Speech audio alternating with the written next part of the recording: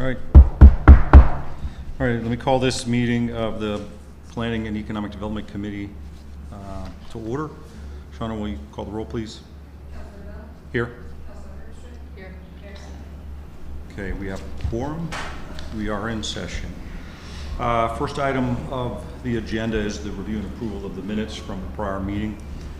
Just a reminder that this was scheduled for the 26th and continued to the 1st of June.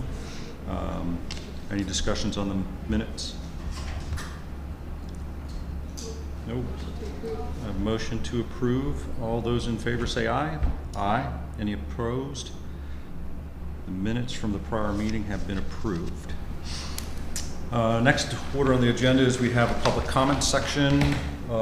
We do have a sign-up sheet, and Chris Mon signed up as for public comment. So, Chris. I'm here for the applicant, so for the first item, so I don't. All right, so you will just defer to discussions on the item. That's fine. Anyone else here who wishes to speak in public comments? Not related to an application in front of us today.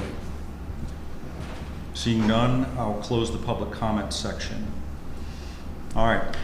First item on the agenda that we have today is a rezoning 22-275, rezoning of 2.59 acres at 1570 Commerce Street from CM1 commercial industrial to medium density residential MR with planned unit development overlay. Dave Stewart, you'll be presenting. I guess, Chris, you'll be participating as well. Absolutely. All right. So, Dave, you want to walk us through this project? Yes, thank you. And let me introduce Chris Moen from Greenway Engineering, who's the lead applicant on this item. So this is RZ 22275, an application to rezone. It is 1570 Commerce Street from commercial industrial district to medium density residential district with PUD overlay. The general proposal calls for 32 units on the 2.6 acres, which is about 12.4 units per acre, where the base allowance for PUD density is 16 units per acre. The development is planned as a market rate multifamily community. So the subject parcel, which is shown on the screen, was originally a part of the VDOT Winchester District yard. And it is now vacant, and they're looking to redevelop the site. The parcel lies between a bank that was converted into a veterinary clinic and the Combs Wrecker towing facility at 1530 Commerce Street. The surrounding properties on Commerce are zoned CM1, but to the south, to the rear of the site, you do have medium density residential along Glaze Avenue, which you can see the single family homes at the bottom of the graphic on the screen. Along Commerce Street, you do have CM1 uses, such as vehicle storage, a gas station with commercial suites attached, and mini storage across the street. The nearest residential uses are single family homes to the rear along Glaze Avenue. On the other side of South Loudon Street, you do have high-density residential zoning, a development known as the Bellevue Apartments. Further north along Commerce Street, there are single-family homes across the street from the Combs Wrecker site. The applicant has provided materials, including a justification letter, a revised development plan, elevations and renderings, a market and fiscal impacts analysis as well. The estimated low volume of traffic generation from 32 units has led staff to believe that a traffic impact analysis would not be required for this PUD request. All the materials were attached in the agenda packet. So looking at the relationship to the comprehensive plan defines the property as a redevelopment site in the central geographic planning area. One of the goals for the central area is the proactive encouragement of redevelopment to achieve maximum sustainability, and this is through the conversion of light industrial uses on Commerce Street to uses more compatible with the nearby residential sections. I'll turn the floor over to Chris Moen to discuss the development plan, floor plans, parking, circulation, and green space and open space plans. Sure. Again, for the record, my name is Chris Moen with Greenway Engineering, representing the owner of the property, Lee and Chen Remodeling, who have brought this forward. The exhibit you see, of course, is the development plan for the PUD project. We have two apartment buildings that effectively anchor either end of the site. Both of those are 12-unit buildings, so there are 24 two-bedroom apartment units that are included. And then in the central portion of the site, fronting directly onto Commerce Street, are 8 townhouse units. The site overall has 48% open space, which exceeds the PUD requirement of 45%. We also have included some level of enhanced landscaping, as well as frontage improvements along Commerce Street that include street trees, on-street parallel parking, and the sidewalk as well. The townhouse units all will have lead walks that connect directly to the sidewalk on Commerce Street, and will be parked to the rear of the units and accessed by the internal private travel way that's off-site there. So that area also is what is the primary parking area for the apartment buildings. We are providing 34 parking spaces for those residents. That exceeds the minimum parking requirement, which is 1 space per unit, but we do feel that that provides some flexibility for residents, for tenants of the spaces, to have some, again, flexibility for visitors and such. Additionally, the on-street parking provides another 16 spaces that would be available for guests and residents, and the townhouses themselves have 2 parking spaces, off-street parking spaces. One is a garage space, the other the driveway space.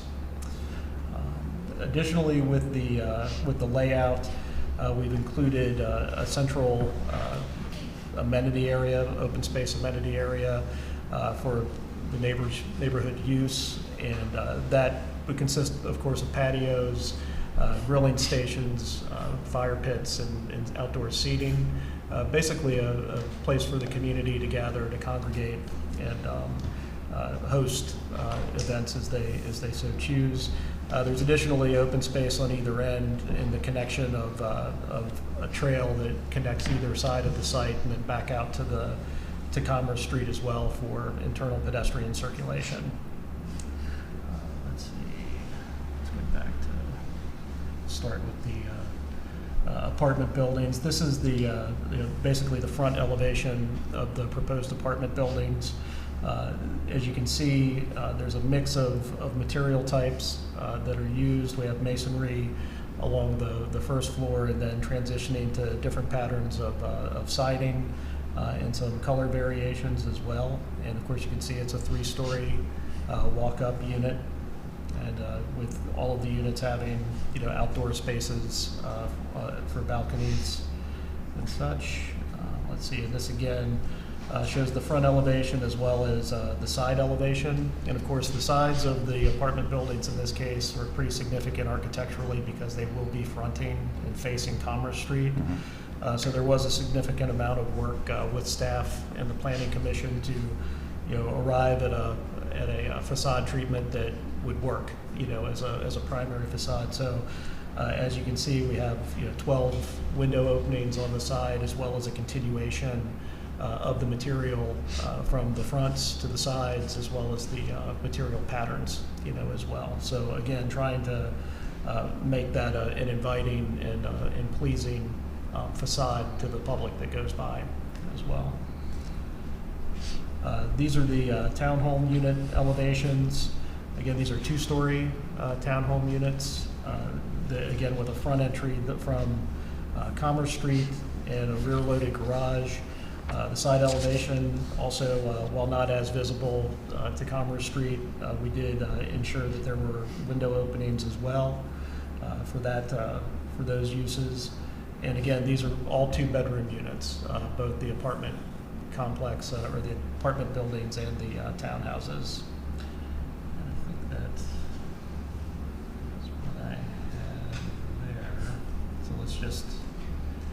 go through. I mentioned, the parking again, that the minimum required is 32, but, we are exceeding that, 34 on site in the parking lot for the apartments, 16 for the townhouse units with the townhouses themselves, and then another 16 on the street. And then again, the open space, as I mentioned, we're at just slightly over 48%. That does exclude the amenity area because it's a hardscape feature. That was something that was deducted. And we also, of course, are landscaping the site, not just the street trees, but also a natural vegetative buffer along the rear property line with the adjoining Glaze Avenue lots. And I think it's important to point out too, there was a concern at the commission about the distance between, the apartment buildings in particular and the existing dwellings on Glaze Avenue. I could say that, at a minimum, it's 100 feet of separation between any of the houses on Glaze Avenue, the nearest houses, and the apartment buildings. So there is, some substantial separation there. And in most cases, most of the units on Glaze Avenue will abut the open space of the project as well along the rear boundary there. But that's what I have. Thank you. Happy to answer any questions that you have. I'll jump back in with the fiscal impact analysis, just kind of overview it.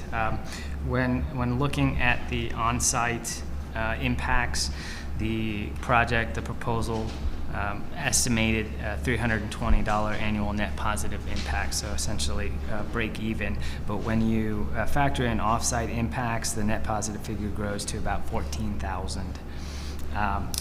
This being a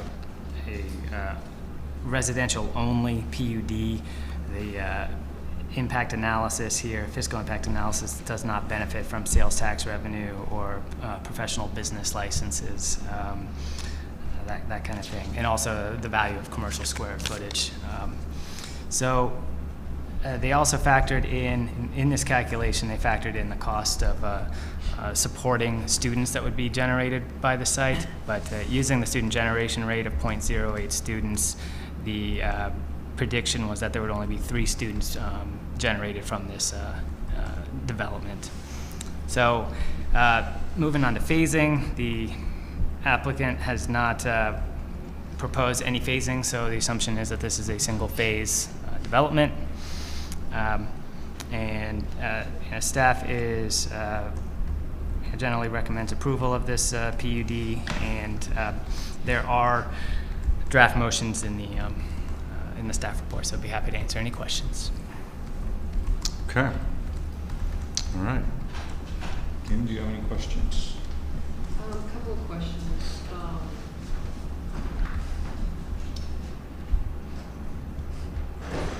So the residents on Glaze, folks were notified, and there's been no residents have reached out in response to this? Correct.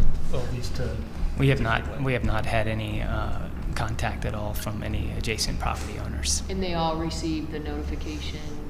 The applicant did provide the letter before Planning Commission for the public hearing at Planning Commission, and no one came to the meeting, nor did anyone reach out to staff. We also did a preliminary effort at outreach as well. We sent a mailing to all the adjoining property owners on both sides of Glaze Avenue, in fact, to ensure we picked up folks that might not be captured by the adjoining owner notification.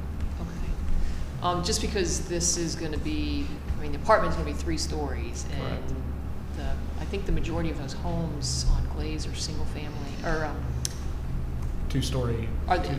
Most are 2 stories. 2 stories. Single families, yeah.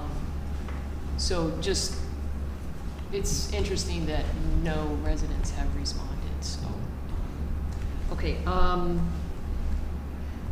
The other question I always have to ask is, these are all going to be market rate. Is that correct? All the rentals as well as the townhomes? These are it's all rental units. Workforce, it's all correct. affordable, it's all market. Yeah, and the expected range in rents is $1,400 to $1,800.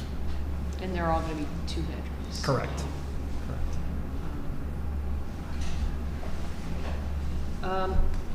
With regards to the parking So the parking on Commerce, is that gonna be on the south side of Commerce there, kind of between the two, exit entry? Is that, That's correct. It's between the two, and then it also, there are a couple spaces on either side. on either side? Of the entrances as well. Is there any parking on the other side of the street? On the north side of the street there? Or is it only parking on one? My concern is that, I mean, I get the point with regards to parking and, but I also hear from some folks that live in apartment complexes and there's not enough parking. So just as far as like overflow, parking on the south, but is there the opportunity to park on the north if needed? I'm not aware about of whether the north side has any parking restrictions, like any no parking signs, for example. But the north side has been improved. I believe when the mini storage complex went in, they do have curb and sidewalk on the other side of the street. And when we've looked at the the spacing, there is room for parking on the other side of the street. That being said, I don't believe there's any marking necessarily for parking there, but there is room for it to happen. Okay. That would be something that I'd be interested, just that extra overflow if needed. Can it be on both sides of Commerce? And then, so this was previously a VDOT location. Are there any, I'm guessing that VDOT used it to park trucks and, I mean, there's no hazardous kinds of potential uses that happen there? Yeah, we're not aware of anything, and of course there would be subsequent analysis that would be done pursuant, to rezoning prior to development to confirm that. Yeah. Cross section. Mhm. This is on the north. Yep. Yeah. That blue side is the north there. So it's not marked for parking, but it looks like there might be sufficient space for one parking lane. I'd actually defer to Mr. Eisnock if he knows that off the top of his head. Okay. I'm sorry, I was reading something else. Distracted. Could you ask the question again? On Commerce Street, is it possible to park on both sides of that street, if needed? It's pretty wide. I'd want to go out there and drive out there to verify that, but I want to say yes, but I would need to verify that. Okay. And we ended up with about a 7 foot, looks like it would be about a 7 foot wide stall there, about 8 feet, just as we kind of marked it off below the travel lanes. Yeah. Yeah, so it's right on the edge. Seems like it could work. And really, that's not a really heavily traveled street, so I think it would probably work fine.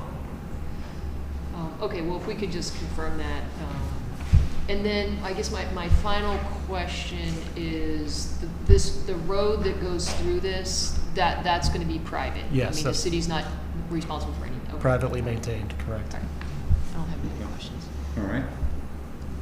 Thank you, Kim. So you said these are all 2-bedroom units? Correct. And they are all market rate rental. I see on the site plan you do have a dumpster location, so all of the units would kind of share into that. And just out of due consideration for the tenants there as well as the residents who back up to it, I'm sure there's consideration for hours for that. No 6 a.m. dumpster pulls or anything like that. Is this going to be a managed facility? I mean, would it be under unified management? It will be under unified management. The applicant or the owner is working with Virginia Property Group, Okay. and they will be engaged in working with them at the outset. Okay. And all of these dwelling units would end up with a Commerce Street address? That's the public right-of-way? We haven't drafted an address scheme yet. There could be discussions about naming that as a private street or all the structures having Commerce Street addresses. Okay. Because the apartments, the townhouses seem obvious that they would be Commerce fronting, but the apartments, again, this is all one parcel? It was Yes. all one parcel, Right. yes. Um,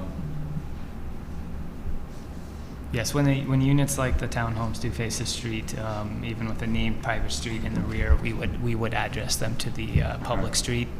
So perhaps for conformity with addressing across the whole site, we would Yeah. probably lean towards that Commerce Street address for the whole site. Yeah, I mean, I'm way out of my pay grade here, but visibility for fire and rescue and police access would be Commerce. To introduce a newly named road, a private road, and then maybe have a different name, address scheme, numbering scheme, would seem a little, like it could add some confusion. And now the work you're doing on the edge of the right-of-way that's gonna create the parking, and if that's something, if this moves forward, when it gets to council, if that could be addressed as far as the parking on Commerce, just that Sure, absolutely. not holding anybody to an answer today, it has to be evaluated, but if that could be brought, I'll bring it up when it moves forward. The sidewalks that are being proposed out in front, do those tie to any existing sidewalk network at this point? Would they? You've got with the veterinary clinic at the end. There's really nothing there. Or is that? Looks like, I think they do have Maybe. an older sidewalk. Yeah. It's kind of faded because it's Yeah. aged, but. okay, so that does have existing sidewalk to lead you to South Loudon Street, but there's nothing to tie into when you hit the curve on Further down. Commerce. Correct. I believe that's correct. On the other, on the same side of the street as the development, the sidewalk does not continue past the Combs Wrecker site. Okay.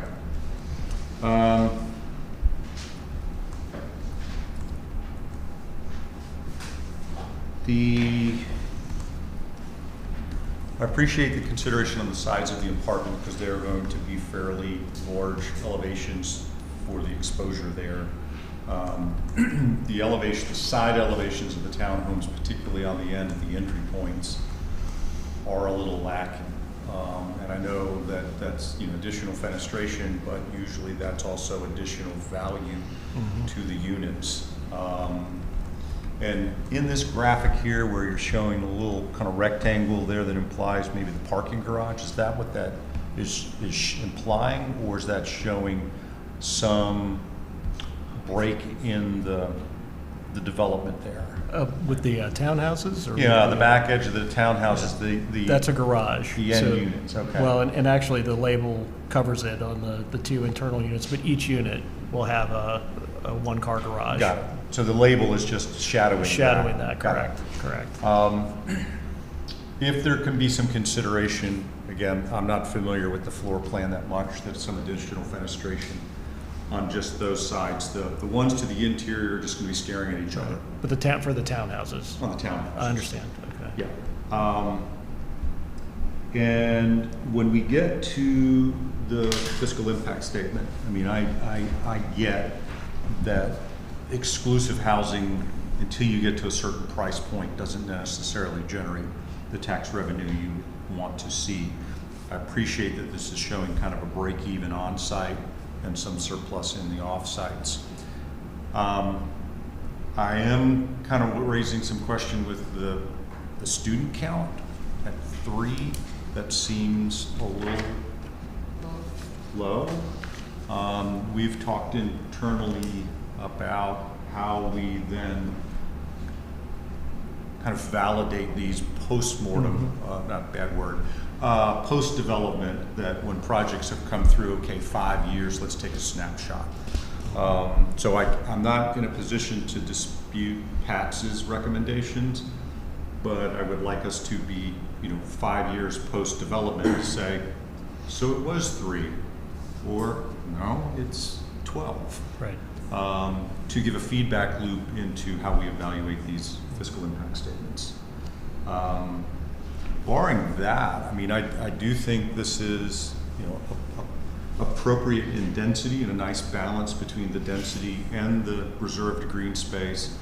The way you've kind of biased the common area and the landscape space to the rear in deference to the single-family dwellings behind them. I appreciate that. It certainly provides opportunity for housing that we definitely need.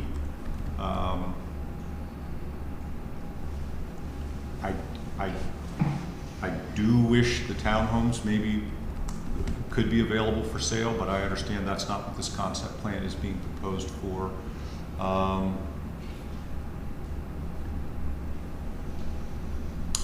Do you have any other questions or concerns?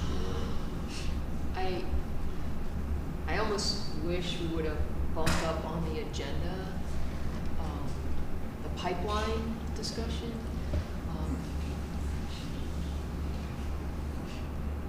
I mean, overall, it seems like a good project. It's not affordable. It's more rentals. You know, it's a good use for the property. But there's bigger issues, I feel like, that we are not addressing or talking about. And I think that's a whole nother maybe PED discussion. Maybe it comes up under the pipeline. But we have an enormous amounts to the tune of 2,056 plus units coming on track, with all of those being rentals. And currently, there are, based on the plan, 342 homeowners.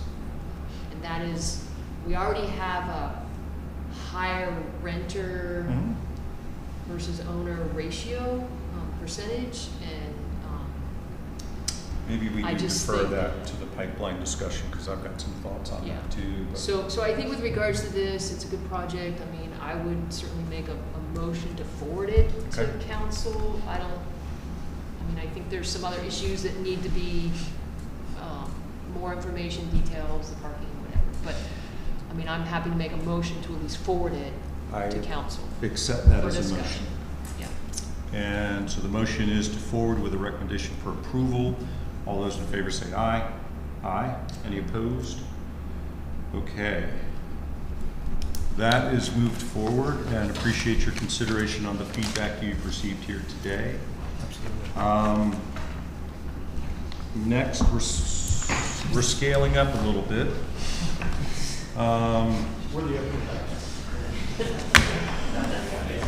For a rezoning, to conditionally rezone approximately 10.9 acres of land. I'm not going to get into all the addresses, bordering Fairmont and Wick and South and North Braddock Street, from limited industrial M1, with some emphasis on that M1, with some portions having corridor enhancement overlay, to high-density residential with a planned unit development overlay, and some portion having corridor enhancement.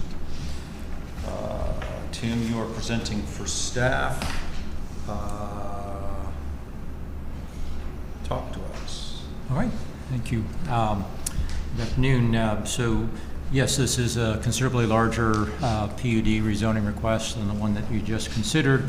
Both of these presumably would be tracking through a first reading for the one meeting that you're going to have in July, and then presumably a public hearing in August because of the not having the council meeting. So, in the second half of July.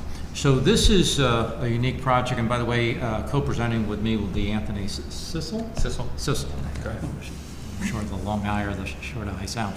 I'm going to start out just kind of giving you some of the overview of the existing conditions that you see on the screen there.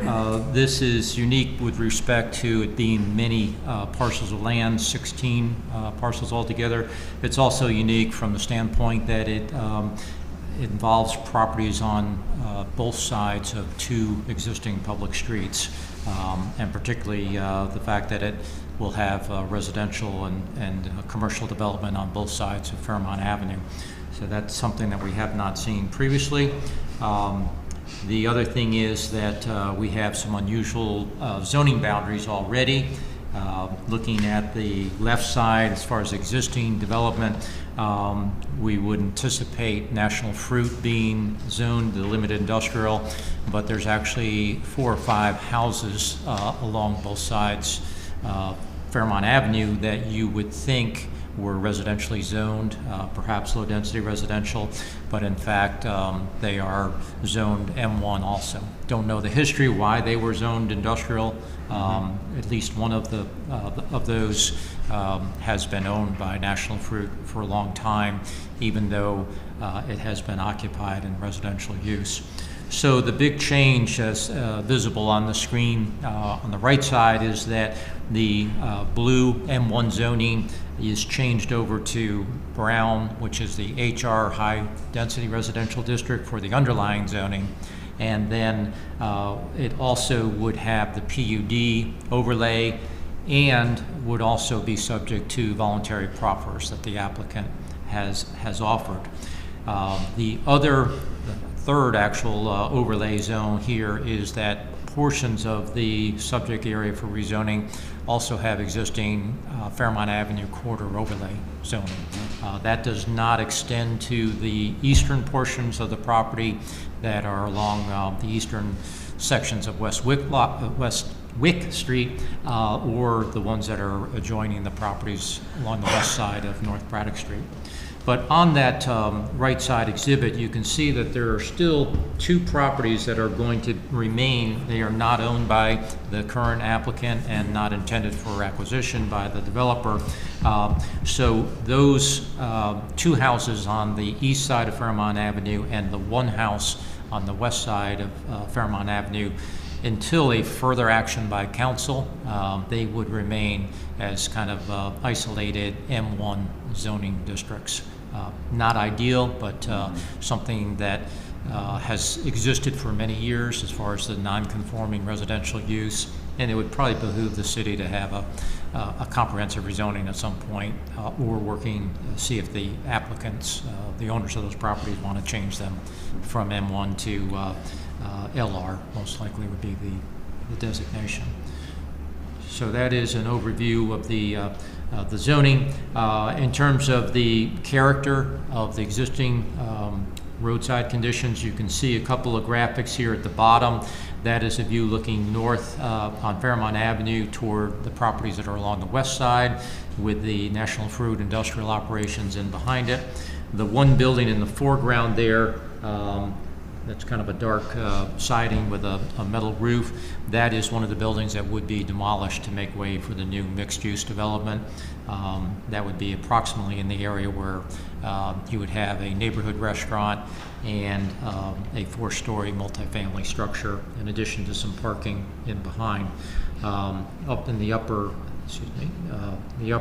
left there, you can see kind of the undefined series of driveway cuts into the parking area that is along the south side of the former corporate office building for National Fruit. No landscaping there. And then the kind of oblique angle there in the upper right shows you the character of some of the development facing along the east side of Fairmont Avenue in the lower right, and then also provides an indication of how some of those single-family homes that are situated along the west side of North Braddock Street interface with the larger undeveloped portion of this site, and that's that large tract of land that you see that also includes a stem out to North Braddock Street. The applicant is not intending to utilize that little strip there other than for open space.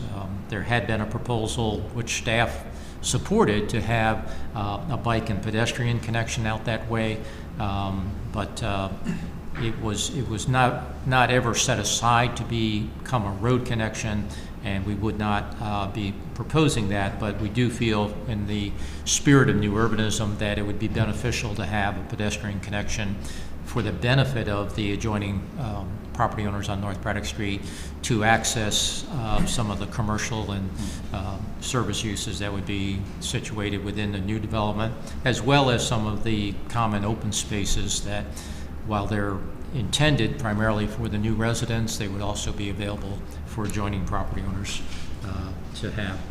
I'm going to turn it over to Anthony now.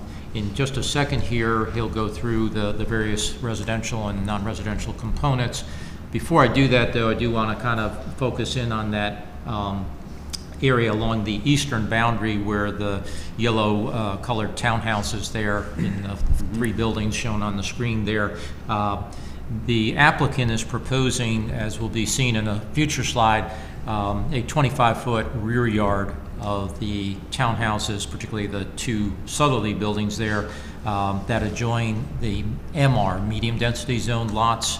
But then north of the green space connector there, where it adjoins HR, high density residential, albeit single family residential uses there, they are proposing a 20-foot under the current application. We have asked the applicant to go back and at least provide a rear yard, or in this case also a buffer, that would be comparable to what would be required under the current ordinance for HR rear yards. And so That's not shown graphically here. that's not shown. Well, it's interesting because the property line along the rear of the single-family homes there is at an angle. It's skewed to the alignment of the townhouses there. So at the southern end, as will be seen on one of the next graphics, it does meet a 25-foot setback for rear yard at the southern corner there. At the northern corner, it's about a little over 2 feet shy of a 25-foot minimum. And perhaps either Mr. Sissel or one of the other representatives can address that. So just point that out as one of the things that we want. And then lastly, we did hear during the public hearing at the Planning Commission, the property owner at 126 Fairmont Avenue, which is toward the center bottom there, kind of the bluish purple single family house.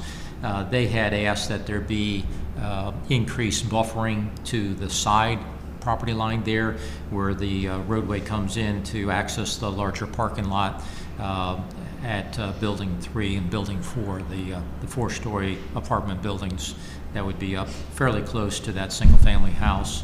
And lastly, across Fairmont Avenue, 123 Fairmont Avenue, the property owner there asked that there be some additional buffering and perhaps some more transition from the dense PUD development to the existing single family. So those are really among the very few issues that staff and some of the neighbors have regarding this development. Otherwise, we feel it's a very well conceived plan and represents good adherence to some of the new urbanism criteria. Thank you. Great. Well, thank you, Tim, for the overview, and thank you all for having me here today. My name is Anthony Sissel. I'm with Lassard Design, based in Vienna, Virginia, and I'm the urban designer and architect for the project. I'm joined today also by David Frank from Pannoni Engineering here locally, as well as Matt Akers, who's the land use attorney for the project, in case you have any questions that may touch on things that their area of expertise would be better suited than mine to answer. They're available here as well. So it's first of all, I'll just start with saying that we're really grateful to be able to bring this project forward. I've spent much of my career working in and around registered historic districts on the East Coast, and so it's always exciting to be able to come to a place like Winchester, to be able to work in a place like Winchester and potentially contribute to the 3rd century of urban growth here. And so we're excited about this plan. We spent time before we started really looking closely at Winchester's comprehensive plan and the principles in the zoning ordinance, particularly the PUD ordinance, that encourage principles of new urbanism, which we think is very appropriate for this area. This site is one that was identified in the comprehensive plan as really a targeted location for more residential density to meet the housing needs in Winchester. And so we looked at this from that standpoint. And in the comprehensive plan, I guess as a starting touch point, there was shown a drawing. I don't know, who made it or where it came from, but it kind of showed a large apartment building on this site. And I think as we considered it, we sort of decided that it was wise to go in a different direction and actually try to create more neighborhood here. Instead of considering this as one large project, one large building, that we consider it as a place and a new piece of neighborhood fabric. So the plan that you see on screen is our interpretation of that desire.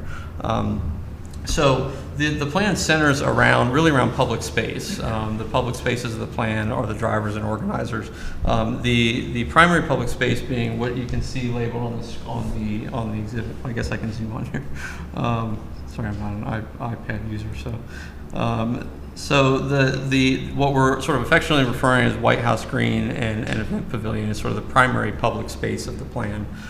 It's a large open space with landscaped edges anchored on one end by an open air pavilion that we're imagining as sort of a heavy timber pavilion that's open air and intended for neighborhood gatherings, events, really whatever the residents and the neighbors want to use it for. It's available for that. Immediately to the north of that, there's a children's play area. We think that's a great location where parents can sit in the pavilion and be able to safely observe their kids in the playground. As you leave that main area and go south through the center of the plan, we have a series of public spaces that we're referring to as the Winchester Muse. We're really inspired by the pedestrian walking area in downtown here. So we thought a greener, lusher version of something like that would be a great way to start to organize public space in the plan. And so you have sort of this north-south green connection through the center of the plan that goes down to an open space that's a combination of landscape and hardscape, bounded on both sides by townhomes and the apartment buildings. And that leads you back out to a small pocket park on Fairmont Avenue, connecting back to the public street with a small space with a fountain and kind of a gateway moment there. And then we have other smaller spaces around some of the commercial buildings, plazas, and landscape and hardscape areas and the like. The thing that makes the public space work in this plan, we believe, is then the buildings, framing it with buildings that define and create really well considered public space. Starting from the largest building types, we have, which you can see shaded in sort of the pink color there. We have 4 apartment buildings in the project of 3 different sizes. One of the things that we're really striving for here is sort of housing diversity, a lot of different types and sizes of housing in this project. So these buildings are what I sometimes like to refer to as the missing middle. The development industry, if you will, has sort of gravitated towards really small things like townhomes or really, really, really big things like you've probably heard the term the Texas donut before for apartment buildings. This is kind of the missing middle, that 40 to 65 unit building, 70 unit building that you're seeing built less and less frequently now, but was common in historic neighborhoods and historic development. So it's a 4-story building. It's what we refer to as a carriage style building, meaning that it has pull-in parking underneath the back side of the building. But it has units, active units on the ground level of the front side of the building, which creates the opportunity for additional entrances at the street level, additional street activation. These ground floor units are great candidates for universal design units because they can be accessed at grade for people who have mobility challenges. The building is an elevator building, so of course every unit is accessible, but these have additional opportunities in terms of universal design and street activation. So we have 4 of those buildings in 3 different sizes throughout the project. And then from there we have a supporting array of townhome buildings, also in different sizes. So the 3 different colors that you see indicate 3 different sizes of townhome.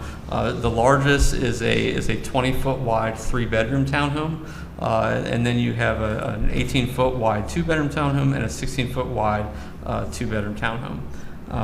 All of the townhomes accommodate 2 cars in a garage space. Some of them also have driveway aprons behind them that allow for additional guest parking behind that. And so all of the townhomes essentially park themselves. And the parking is kind of an important thing to note here, because the reason we went with this sort of carriage-style apartment building that allows you to pull in park behind it, as well as the townhomes, and these are 3-story townhomes so that we can do garages underneath the footprint of the building. Your ordinance encourages minimizing surface parking. So this was one strategy we could use to actually get cars underneath buildings and minimize the actual surface lots on the project. So these are the townhomes that you see here, sort of an array. Typically when we would work on a place like this, we would design multiple different elevations for the same floor plan so that we can create a variety and mix aesthetically throughout the project. You're seeing on the top row there, you're seeing kind of what a typical front elevation might look like. These could have, some of them may have flat roofs, some of them may have shaped roofs. To achieve sort of an architectural variety there. The next line down, you're seeing what would be the rear of the 18-foot and 20-foot townhomes. So because these are accessed from the rear through lanes, you have a wider 2-car garage door, so you can park 2 cars side by side in the garage, as opposed to what you see on the very bottom there, which is the 16-foot wide townhome. This townhome can be parked from the front or the rear, depending. And the way that we do that is that it's a tandem garage with a single car wide garage door, which allows us to actually have an entry door as well on that facade. So that works in both configurations through the plan, and those are the sort of yellowish orange townhomes that you see there along the east side of the plan. The 18-foot townhomes are the light blue in the center of the plan, and then you have the small groupings of the 20-foot townhomes, which accommodate the larger 3-bedroom units. So that's on the residential front. On the commercial front, we thought this site is a great opportunity to sort of plant a seed of commercial, neighborhood-oriented commercial activity in this area as we consider sort of the long-term future of what may happen to the north of Wick Street with some of the light industrial and commercial properties there in the Fairmont Avenue corridor.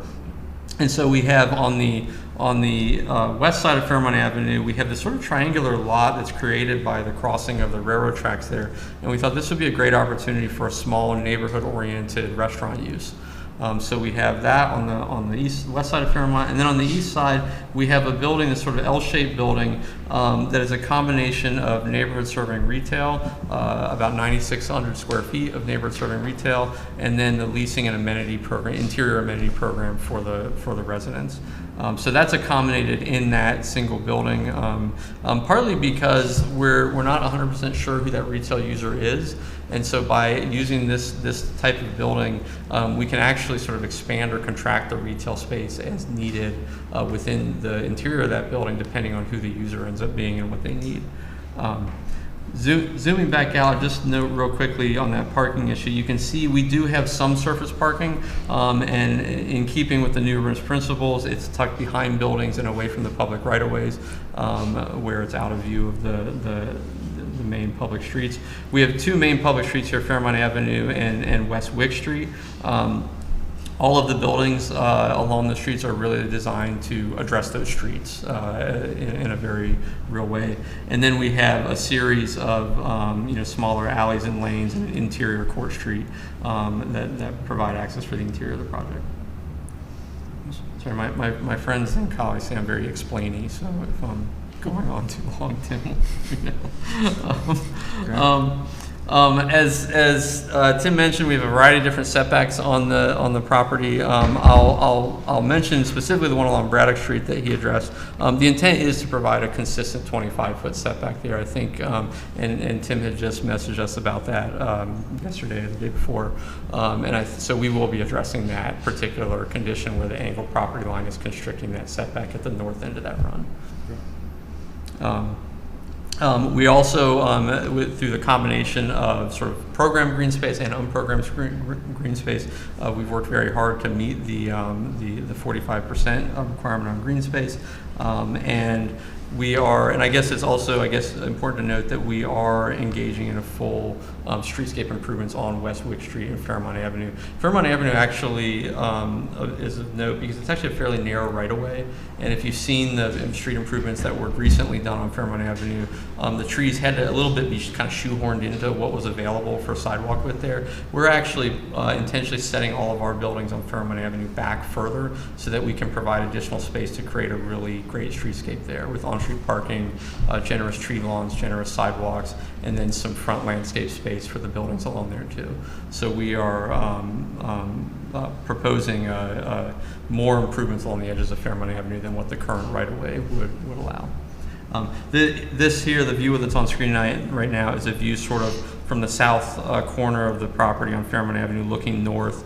So you're seeing to the left side there a concept for the apartment building. We are definitely throughout this project looking at a very sort of traditional style of architecture. So we're looking at things that really you could find precedents for all throughout Winchester.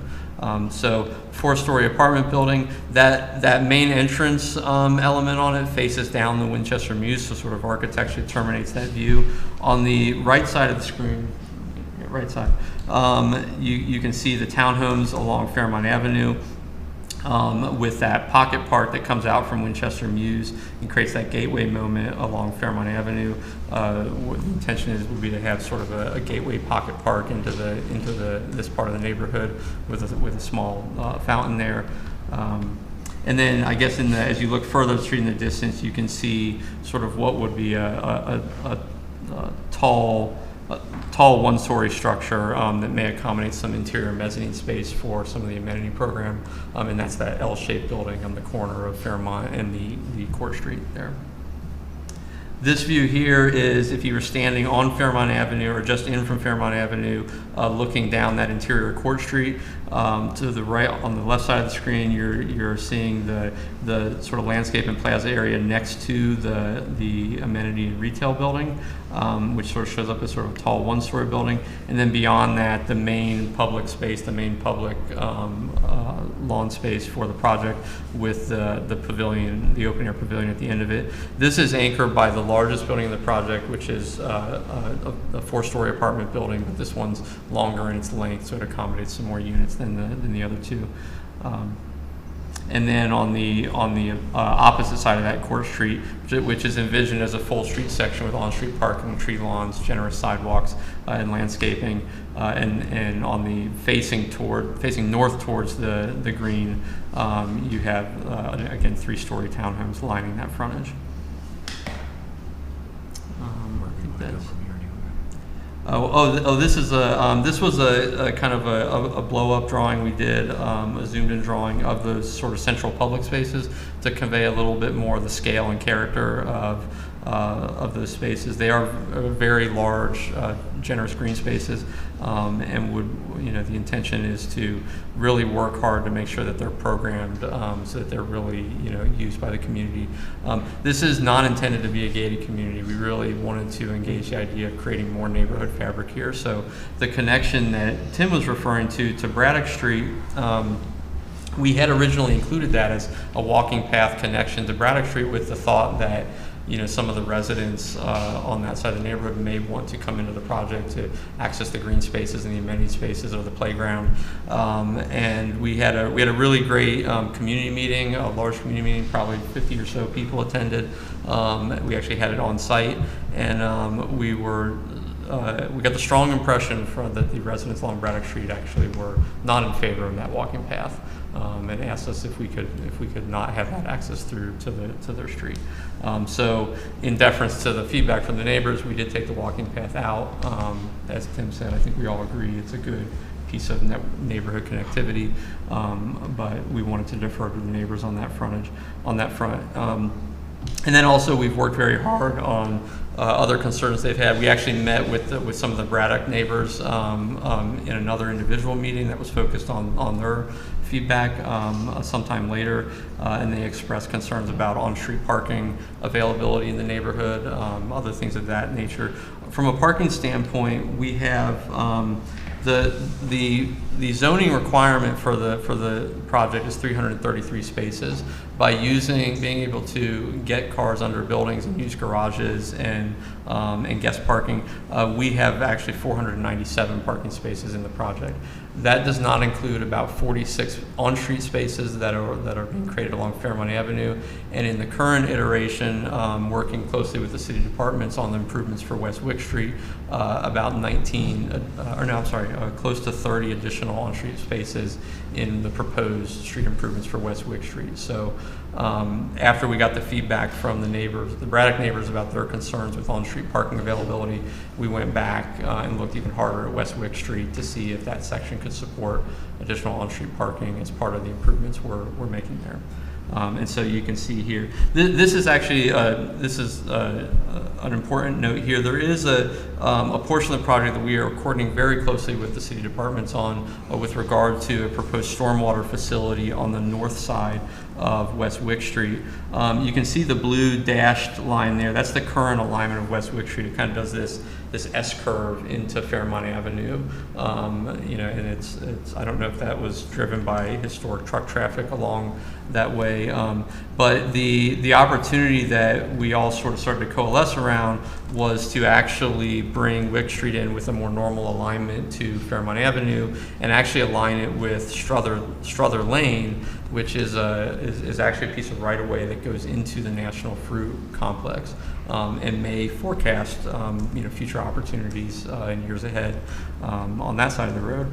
That also gives us the opportunity, though, to work closely with the city on the improvements for the stormwater management for the area, both on the north and south side of Wick Street, and create some really great street improvements along West Wick to start to turn that into more of a neighborhood street. And the voluntary proffers that the applicant has put together, which you have a draft from May 20th, that focuses primarily on the partnership approach to the stormwater management improvements, as well as the realignment of West Wick Street in that area that you see on the screen there now.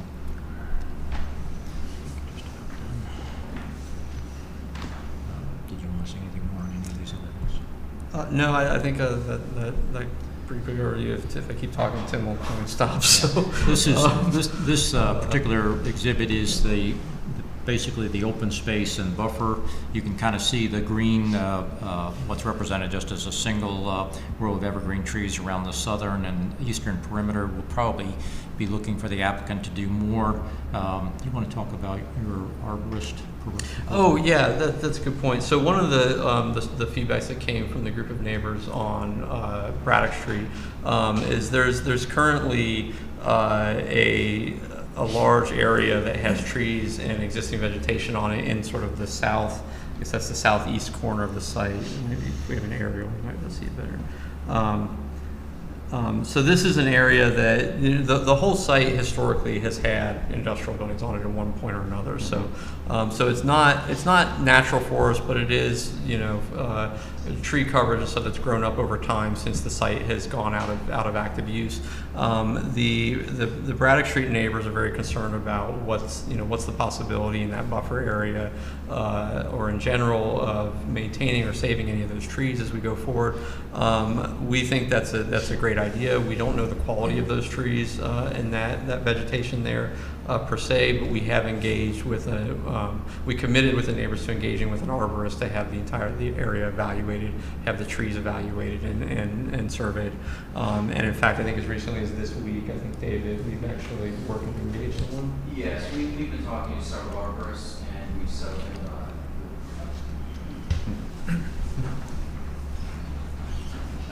Dave, Frank. So we've been talking to several arborists, and part of it is, I believe, the firm that we're going to deal with. I met with them on site this week.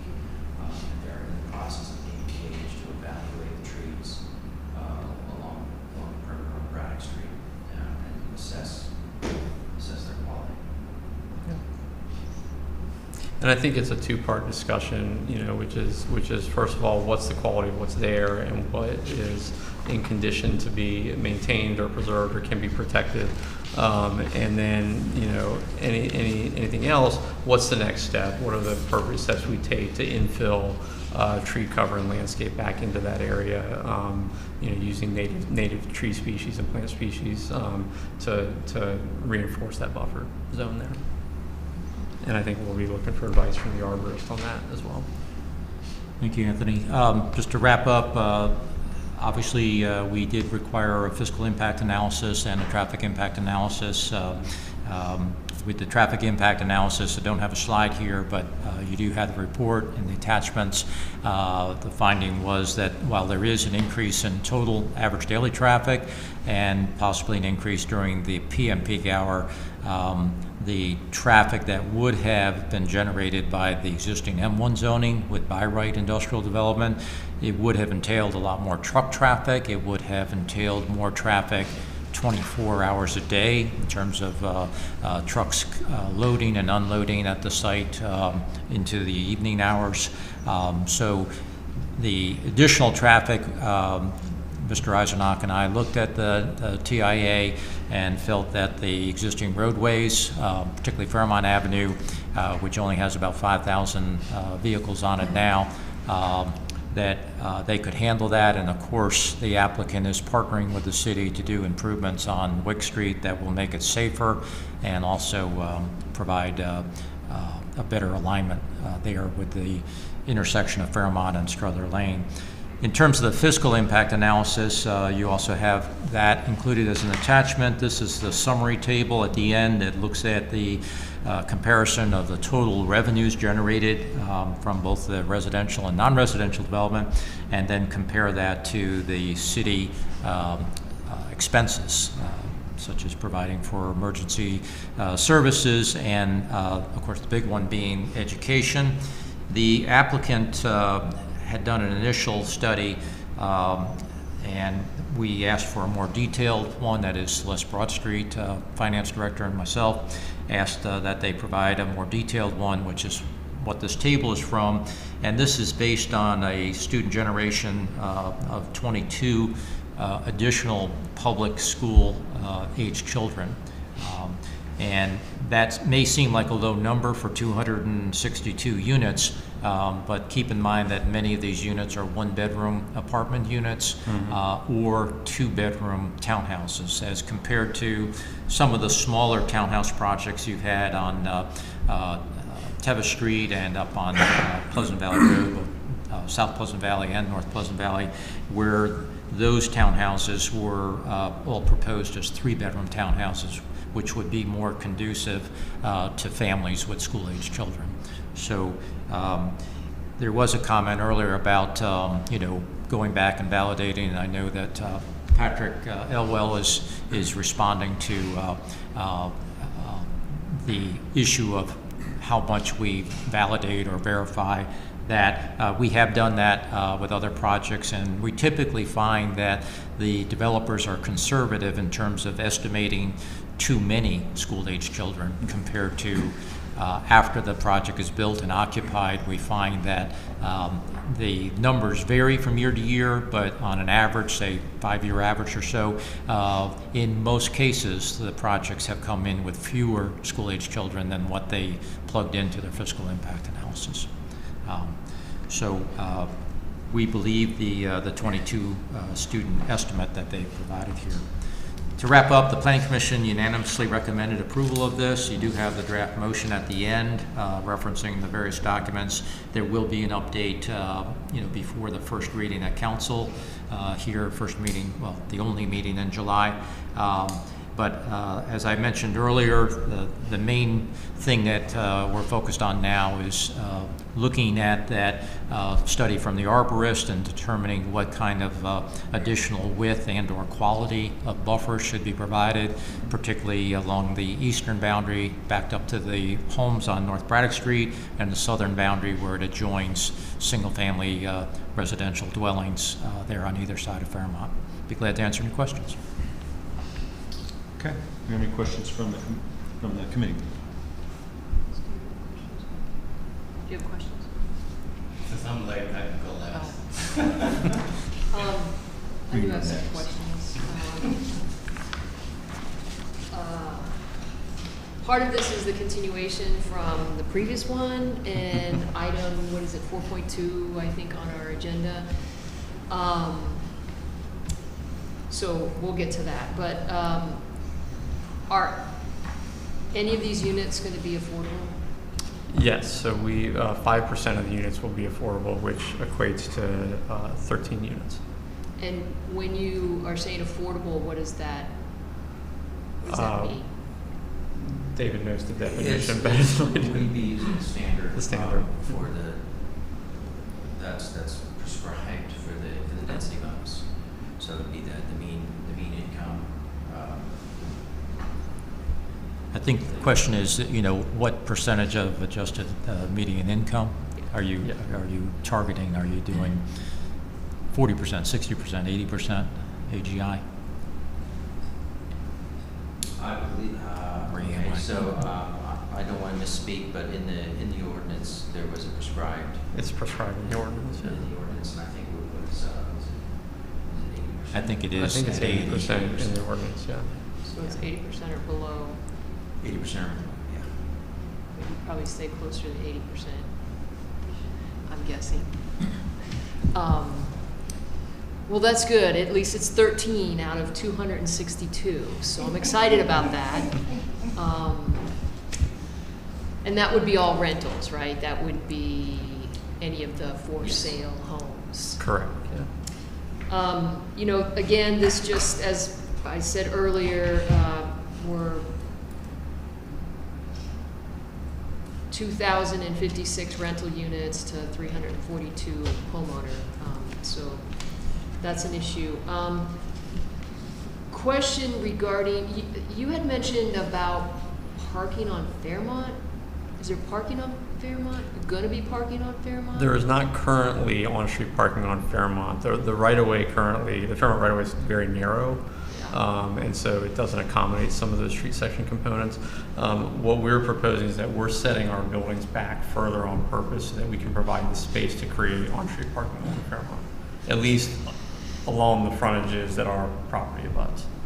And if I could speak to that a little bit too, part of the strategy with realigning Wick and what we're proposing in Fairmont is to again try to capture this as part of the neighborhood, the surrounding neighborhood, and we're proposing raised tables on Fairmont where our side streets are coming in, where entrances are on Fairmont. That plus the parking is going to really reduce the speed, we hope. Well, it will reduce the speed through this section. What happens, you know, once vehicles get past us, but the on-street parking, the design in general of these streets is very much of a neighborhood design and is intended to slow traffic down and be more of a accommodate what the comp plan is looking to do here. You know, wanted high-density residential and wanted apartments. We're doing a little bit of a mix of housing, and we think it's recapturing these streets to be more neighborhood streets is the way to go. Yeah, I think of this property as, and correct me if I'm wrong, Tim or Harry or Dan, this is going to be the biggest project at an entryway into the city. This is going to be the biggest project. I think and that's what's typically been, you come in, you see the railroad tracks, and then you see the one-story building, and you see White House. It's now going to be 3-story buildings, straight down until you hit the single-family homes on Fairmont, and then Wick's going to look completely different, and then over on Braddock Street you have your single-family homes for the most part. So this is going to be an entry point into the city that is going to be massive, really.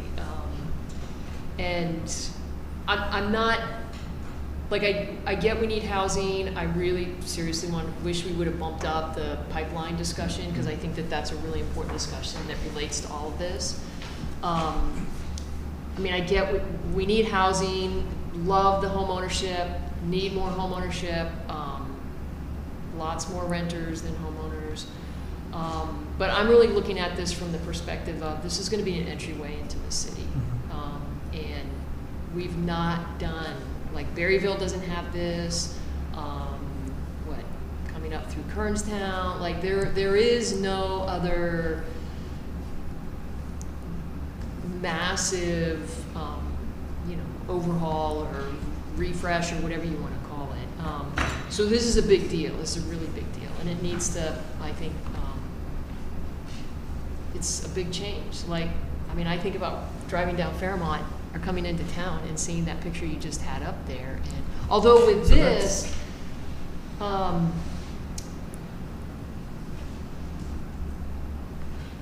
so let me jump on to another, because this is going to be a big change, and it's going to take, I think, some work to get to And this. But if I could, just looking at the image that's on the bottom of the screen there, one of the things we didn't mention is that they would also be putting the overhead utilities underground. So that is something that is also strongly advocated on our entryways.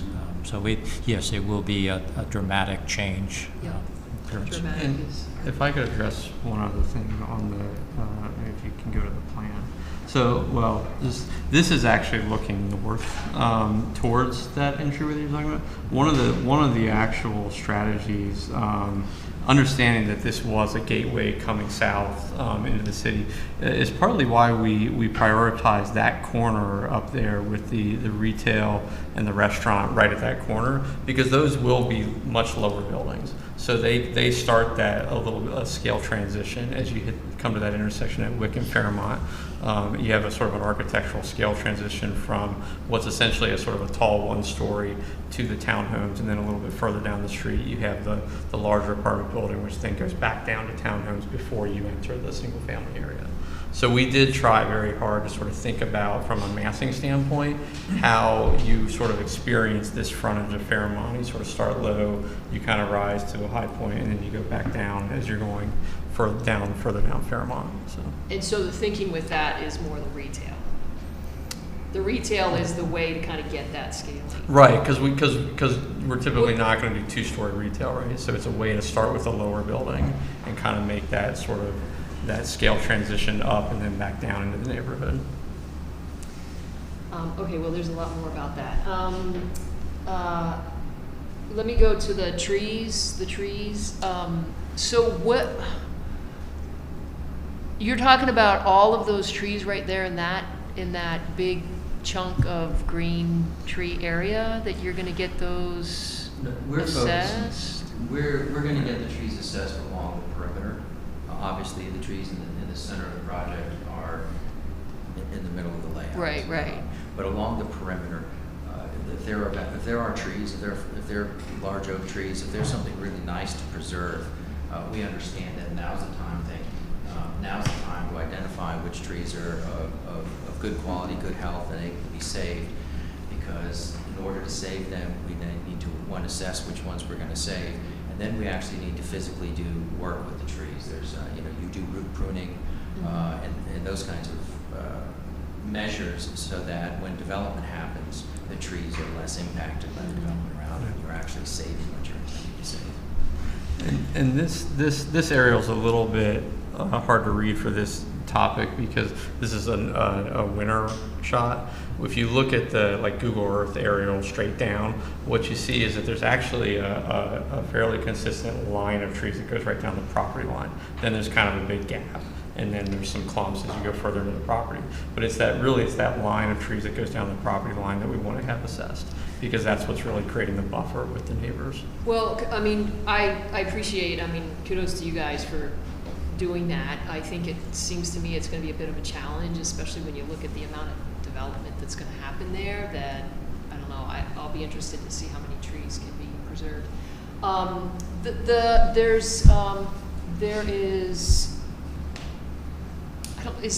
Tim, you were mentioning the trail. See that green area on the, yeah. Is that the trail that the neighbors don't want? Or? Correct. Oh, okay, so this good diagram is not the most updated. No, it is. It's shown here because it is part of the property, but originally we actually showed a winding walk going down through there, out to Braddock Street. We took the walk out. So it'll be green area. It's currently got vegetation in it. Okay. We're just basically not going to touch it. Okay, but that is part of this. It is part of the property, yeah. But you all are just going to leave it as. We're basically leaving it as it is, yeah. Yeah, the building that's just to the south here, that is a multifamily development there. Yeah. The rest of the structures along that street are single families. I think the reality is, if you drive out there right now, I think somebody's parking in that area. Yeah. I think that I don't know who, but. Yeah, I think they are. the thing to underscore about that is, as Anthony said, the idea was to make this part of the neighborhood and have more interconnected walkways. There's a very real and a highly sensitive parking issue on Braddock Street. And this connectivity was seen as, most importantly, was seen as a way for someone that potentially lives, that doesn't live there today, to have a cut-through walk for parking. So It's valid. I know we would support parking permits. We have a couple of units on Braddock Street, so we do have a small dog in the fight. But if parking permits are the way to go, this development completely support that for Braddock Street if they're having parking issues. Just two more Okay. questions. The streets, Apple Blossom Drive, Orchard Lane, are those going to become city streets? Those are going to be Those will remain all private. maintained, plowed? Okay. And those names are already taken. Tim's pointed that out. We'll have to find other names. And then the final. Every one of them's already used.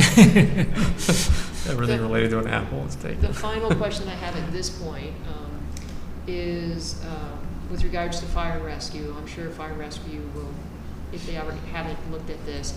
But this gets to the point of, again, 2,398 proposed units. What's the tipping point at which we don't have enough fire and rescue service? What is that? Are we close? We're nowhere near it right now.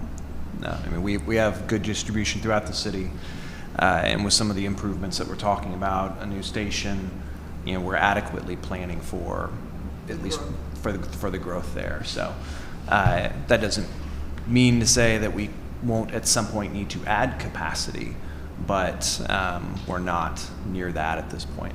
Okay, all right. That's all I have at this point. Yeah, I'm sure I'll have more, but for now. All right. And this is a rezoning of 2.5. This is a rezoning. Yes. Right. So, and that's what we're basically looking at. Yes. All right. So this is, and Tim, you can help me with the timeline here because it seems like from planning to city council, things are running together. When we talked about the enhancement corridor a few years ago of making some enhancements to Fairmont, and at the time we had owners from Glaze and National Fruit and a few others who didn't really want it because of the changes that they needed to make. And now we have a development coming in to make those changes that we wanted. And so this is the piece of the puzzle on the enhancement corridors that we've been looking for. And I think the project is a great project, and I'm glad that you engaged with the community to get their input, because it would have been a little bit more difficult if you hadn't. And especially this community, because they are a very engaged part of our city. And years ago, we had one EDA director talking about a planned community there. He wanted to do sort of like an artist district there, but I think this fits in a lot better because it's nice to have little villages throughout the city that people can call their own and still have it tied in because it's still walking distance from downtown.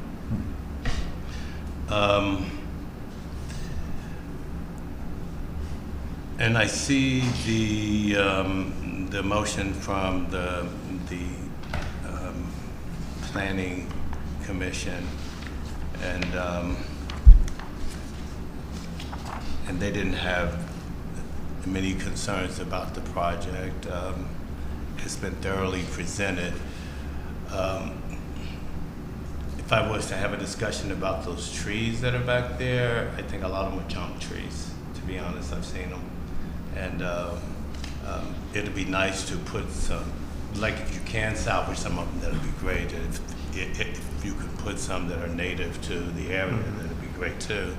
Many times we've had trees put in that weren't native to our community, and they just caused a lot of disease and things. But for the most part, I'm in favor of this.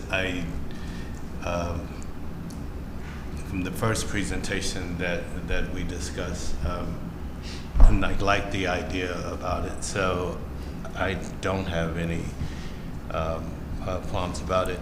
But one thing I think you should explain a little better, because even with the slides for the traffic, when you look at the streets, it just, for your everyday Joe that lives in a community like that, when you show a street that goes from 2 lanes to, theoretically, it's 4 lanes, but 2 of them are parking on each side. But then when you look at it like this, and you see all of those cars, being in this community for as many years as many of us have, and to see that, and then to also see in the staff summary, new urbanism, that just makes people nervous, because you're taking a quiet community and you're bolstering it up to a little busier than what it was before, and then to throw in all those cars and make those streets, it just makes some people nervous about it. I think that maybe to be mindful of that in your next project, and whoever designs that, they need to really take a look at the area and not just superimpose something just totally new. But other than that, so my point after saying all that was that you are widening the street so that it can accommodate that, and then it slowly goes back to just the 2-lane into Fairmont. That is our understanding. Correct. Yeah. And we're imagining the parking is, is done with the curb movement, so that the drive aisles themselves look consistent all the way down Fairmont. Okay. You don't have, sort of a place where the asphalt suddenly constricts. Right. So Okay. It's done with landscaping, curb movement. Right. So. There are side streets and entrances on Fairmont at the southern end of our property limits, and that's where that transition would occur. It would go from on-street parking back to the current. Right. Well, I would say that anything is better than what's there now, which is basically nothing. But my last question, and I was talking with the chairman about this, I'm a little perplexed why the neighbors didn't want the that walkway through there. You said there's an alley, or there's a driveway there now, right?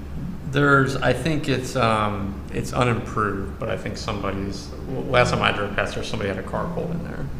But they had a what? They had a car pulled in there into that. Somebody from Braddock had pulled vehicles into that space, so they're sort of informally using it, but it's not improved for that. So let's say that if you kept that, what would be the distance from that to the 2 houses? Is there like a yard and then to the house, or does that walkway butts right up against one of the houses? No, the width of that little sort of finger that goes out to Braddock Street, it's about, I want to say it's about 30 some feet wide. 30 to 40 feet wide. So the width of that, but then when you get beyond those 2 black lines, like the house that, if you're coming from Braddock Street, it'll be on the left. And there's a tree there too, I see. And what is the distance from that pathway to that house? Because I want to know what the concern is. Are they concerned about noise, traffic? I believe it was parking. It was on-street parking. Yeah. They are highly, highly, highly concerned that anybody from this project or coming to visit this project to this part of the neighborhood is going to park, and because several of the houses on Braddock Street don't have pull-off parking, so they rely on the street parking. So they're concerned that people coming to this new part of the neighborhood are going to park on Braddock and then use that path to cut through into the new part of the neighborhood, and they're basically going to infringe on the existing on-street parking on Braddock Street that the residents currently rely on. So, but that's a walkway though, right? Yeah. Why don't you put bollards there? And it keeps cars from going in there. No, not that people will pull their car into that space. That they'll use the current on-street parking on Braddock that the residents are currently using, and then they'll walk through that path to the new project. So they'll park Like on if Braddock and visit. Oh, we the got new you. neighborhood. Like if I wanted to see parking there, like if I wanted to see the neighbors right there in one of those blue, I would just park on Braddock and walk through and then go visit, as opposed to maybe going around the corner, south of the building for their. So they're worried new folks are going to use their existing on-street But parking. you have sufficient amount of parking within the development. Oh, we have more than enough. And Almost 500 spaces Yeah. where 333 are required. So yeah, considerably more than the minimum required. And an additional plus or minus 70 to 80 all in Fairmont and Wick. Yeah. And we're Beyond the 550. beyond Yes. beyond the 497. But that parking that's there on Braddock Street, that's public parking, public. that's not private, so. And if it did turn into a problem, as was mentioned earlier, those residents could request the residential permit parking like we have at the old hospital and up near Hanley Library. They could, They could, yes. That's an option. right, but I don't see, and, People are still going to use it. right. I don't see how, because I think that's a good plan, but I don't see how people that don't own the parking could make that decision. That's something that the city should make. Am I missing something here? That's an accurate statement. It's public parking, and unless a residential permit program is put in place, it's available for anybody to use.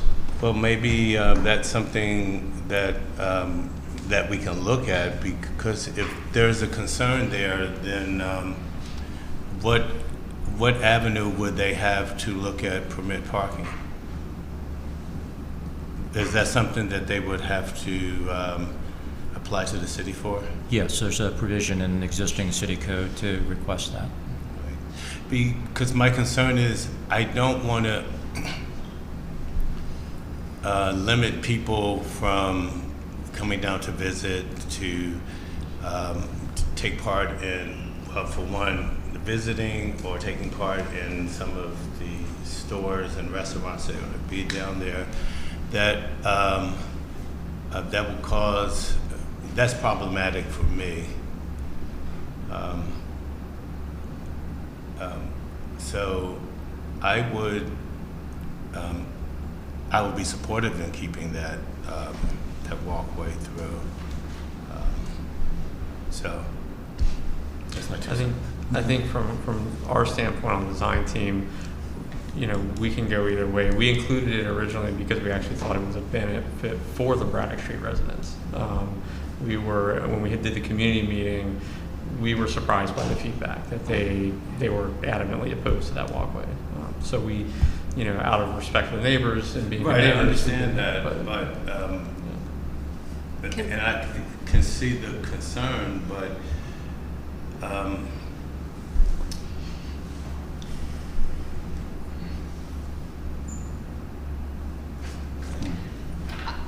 I think this is where I'm at with it. This is a massive project. And if the one thing that the residents don't want is a pathway through there, but it will continue to be an access point and people will probably use it, I think that's a small thing. right. That I don't know. This is a massive project that is gonna be wrapped around these homes, right? And Well, so, you keep saying massive, like, when I hear massive like that, you make it sound like it's an intimidating project. Well, I think this is, like I said earlier, this is the biggest project we have ever done at an entry point to the city. And it's 262 units. And it's a big area, but Yeah. but in some ways there's residential wrapped around it. So my point is just that if that is the only thing that is of interest to them, that's important to them, along with the trees, which you all are, thank you as developers, listening to the residents, I think that's really important. Again, it's not like it's gonna be fenced off or blocked off, it's gonna continue to be a space where if people end up walking, and then if the residents do, they can get the permit, they can do the permit route. But I think it's important to, again, I think maybe massive isn't the best word, but it's gonna be a big project. It's a game changer. For this area, it's gonna be a Right, big right, project. right. From what it is now, where it's all just pretty much asphalt, and now it's gonna be 3-story and cars parked, and it's a lot. No, I understand It's that. a lot. No, I do And I hear understand the that. community, I hear what they're, Yeah. I get it. And I guess to a degree, I don't like limitations, but it is what it is.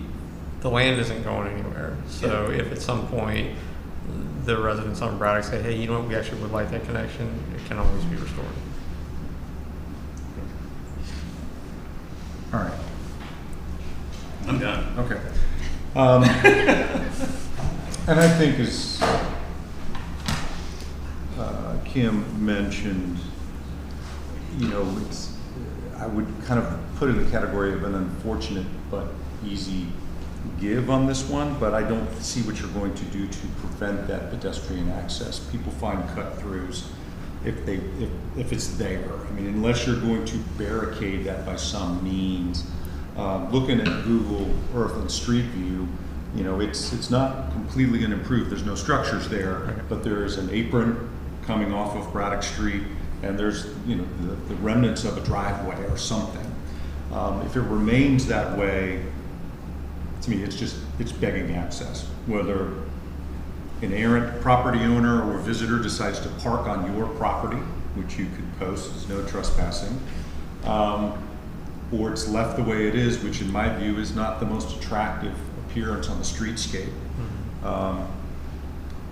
To remove that apron makes a statement. This is no longer available for vehicular access. We're seeing a much prettier version there with some trees and green space implied, but that's not the current condition. So if you're going to improve it to but follow that concept, again, I don't know how you're going to keep people from doing it. I really don't. And I think what I would suggest that we might consider doing is if this gets forwarded, we'll classify it as a reservation, but if we have a reservation that this should probably be considered for pedestrian access. The applicant is kind of maybe reserving it for a future point of entry for pedestrian. If the full council decides that ought to be there, because I would tend to agree it should be there just because you can't stop it. You're not going to be able to stop it. Now, you can make it as unattractive as you want to, but that doesn't help the community or the neighborhood. And it does feel like a little bit of you got to give me something here. We're upset that this is happening. You've got to give me something. So, all right.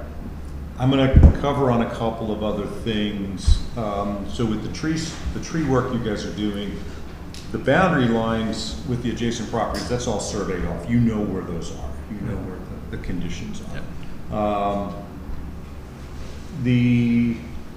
Tim, the structure that's on the west side of Fairmont, the green, I guess, work shed or whatever that is, and the scales, is that part of this demolition? I think the scales are in that area too. I'm not 100% sure. Are there any restrictions or limitations on demolition in corridor enhancement? just that they need a certificate of appropriateness, but Just granted internally from this. yeah, we would do that in conjunction with the building permits and Okay. after a site plan is approved for this development. All right, so parking on site. Again, I agree, it's gonna be a game changer. Street parking on Fairmont, as well as the street parking potential on Wick. They're no different than any of the downtown streets. I live on a street that's double parked. But now Fairmont and possibly Wick, depending on how movement aligns after this project, has major traffic during times of the day, during commuter times. One car stopped to back into an available space slows things down. No issues with that? Terry? I don't think so. Okay. One of the things that is advocated in the comp plan is to try to make Fairmont Avenue, which historically was US 522 all the way into downtown, is to try to divert the traffic. And we've done that by shifting the US Route 11, Route 50, and, well, not 11, but Route 50 and 522 designation. If you're coming in from Sunnyside, you're directed to make the left turn on Commercial Street now instead of coming down, because we wanted to try to reduce the traffic volume on the residential part of Fairmont. Commercial and then over to Cameron. To Cameron. Okay. Right. So signage is a good thing. And again, when this is all done, people will find their new happy place of how they move around town. I think the street parking will be a benefit in traffic calming, as well as what you were calling the tables, the raised tables at you're saying at the road alignments? Yeah, or so you can see pedestrian? where the crosswalks are by the Yeah. retail. That's- So that'll be elevated to, again, make the vehicle know they're going through the Right. pedestrian crosswalks. Now, I want to focus a little bit of conversation on, well, let me stay with that bike flow, because obviously in downtown, in our dense urban district where we've got the green circle coming through, their bicycles are asked to follow the street. And again, we've got double parked roadways. Here's an area where we don't have a double parked roadway, so you've got the ability for a shoulder and a dedicated bike lane, but we're not taking that. We're not taking advantage of that. So we're still asking bicyclists to deal with the dense urban environment that we're going to replicate in a new project. That's one issue. If we've got the ability to designate a bike path somewhere around here, and I'm not saying it has to be your project, but we do have to anticipate bicycle flow in this node of the community. Again, Fairmont, if you're double parking it at this point, you're kind of locked in. You're forcing them then into the traffic lane. Or on the sidewalk. Or onto the sidewalk, right, which is not ideal. So that's something that, I want to just put out there from the community's perspective. What's our bicycle movement master plan? Yeah, we did not, there was a study done through the MPO. We did not identify Fairmont as one of those, but I think it's maybe North Loudon or Cameron that was the suggested northern spur, Okay. coming through Old Town and then up into the northern neighborhoods. Okay. Right. I would just like to know that we have a thought on that. I'm not saying we can't do this, because right now, I mean, Fairmont's fairly restricted anyway once you get past this assemblage. So it's not ideal. You've got a little bit of shoulder on the side stripe, maybe 2 feet. So it is a little bit more conducive for bicycle movement than it would be if it was double parked. And not necessarily, well, you can kind of see it there, but further in where the road work has already been completed, you've got about 2 feet from the white line to the curb face. Yeah. And, that's actually a great representation of why, we want something, if everybody's concerned about traffic and parking, That's a huge parking lot. It's just not being used as one right now. It had been constructed as one when National Fruit was more thriving there, and it could happen again. So the traffic generator already exists. So again, I don't necessarily have any issues with the density we're talking about, or even the compression of the streets. I think that's going to be a good fit. I understand now that, like, if from the realignment of Wick down in front of the townhomes that front on Wick, which I'm assuming they're fronting on Wick, because these are the ones that will be subdividable for sale. Correct. That there will be street parking as well on Wick. Yeah, Okay. this is the current premise here. And this is, we went back and looked after we met specifically with the Braddock neighbors, and they once again expressed the concern about availability of on-street parking. We had already sort of responded to that on Fairmont, but the work that we're doing with the city departments gave the opportunity to address that need on Wick as well. Okay. Staying with the concept of parking, I like the idea of the street parking there because particularly those towns that front on Wick, your parking access is garage only, no driveway off the common area. I never felt that was very realistic. But with street parking in front of the units, I think that's a lot more realistic and it's a lot more consistent with our downtown environment. The rest of the parking that's on site, and I know that particular multi-story building right there, at least on my graphic, says 5 stories. You want the red one? It's been That's a corrected. typo, yeah. It's Oh, okay, that was a Everything, typo. yeah. Yes. Thank you. But that's underground parking or understructured parking on the larger buildings, and then you've got the surface parking out here. Are you viewing that as regulated parking in any way, shape, or form, or is it just free for all, first come, first served? The parking that's under the building, or? Well, you can tell us what you're doing there, Oh. but the undesignated parking. I think it's undesignated. Undesignated. We have enough spaces there to accommodate both residents and the retail. Yeah. So it's unregulated. There are some spaces, depending on how the final configuration of the ground floor of the apartment building shakes out, we have the opportunity for tandem spaces in that footprint.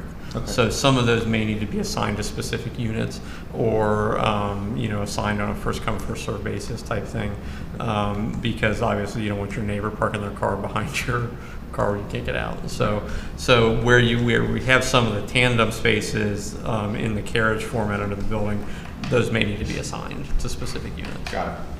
Okay. All right. So, and I think you are adequately providing more than enough parking.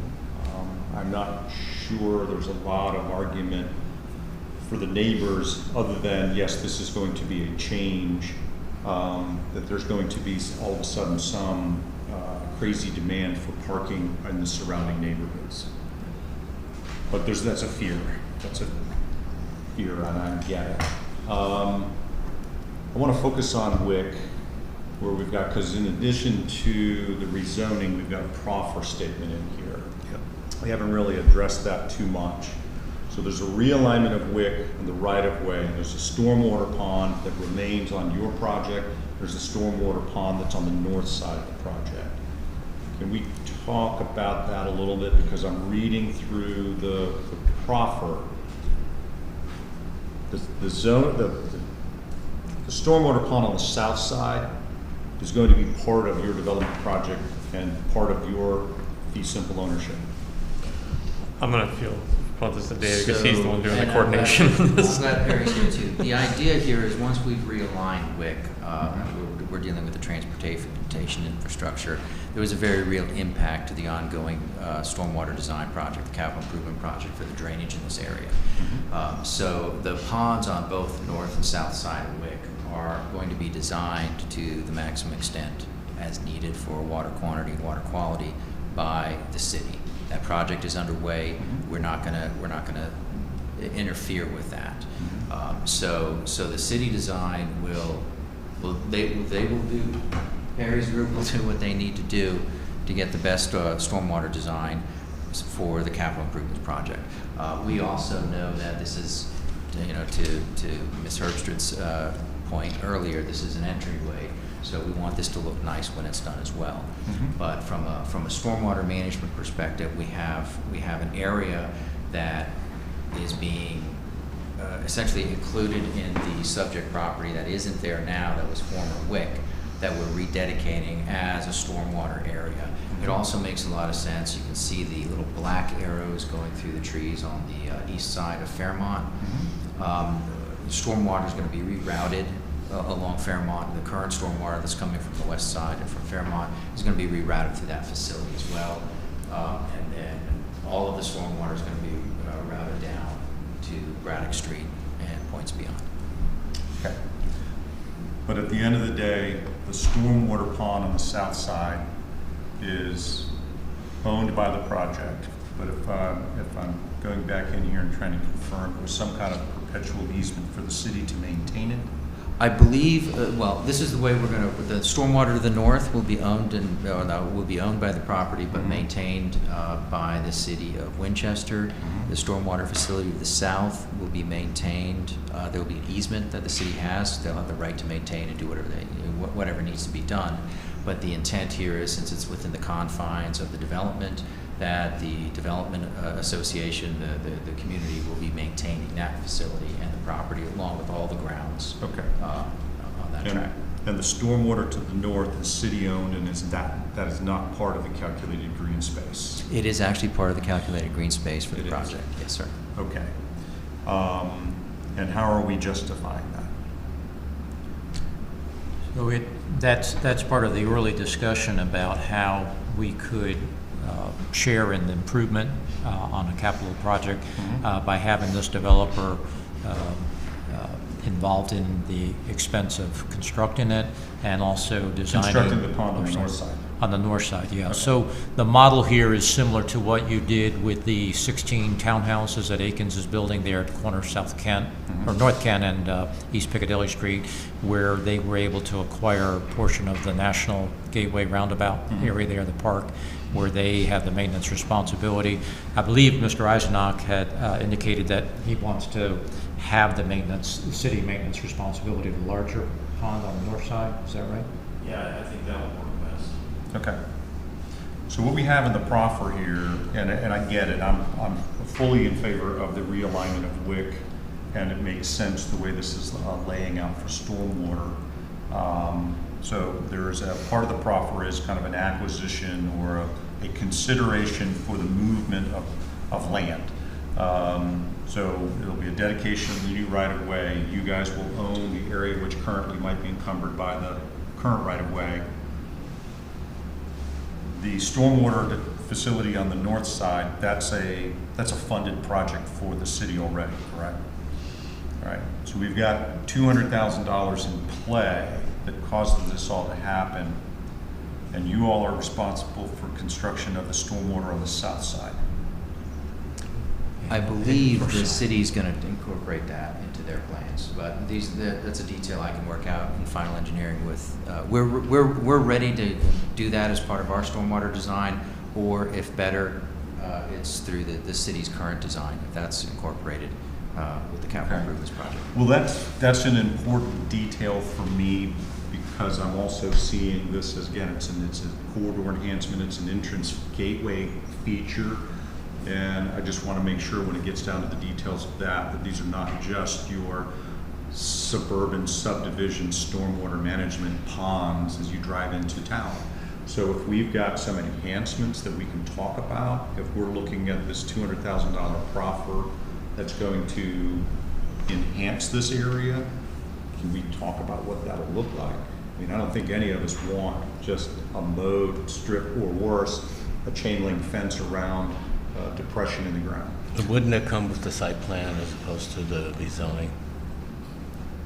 Well, it would, but I guess if we're all in agreement that yes, we want to make something that's nice and attractive and a nice feature coming in, because you guys are making a major investment in this project, you would prefer to have it be a nice, attractive entrance feature as well. Yeah, absolutely. I think we would agree with that. Okay.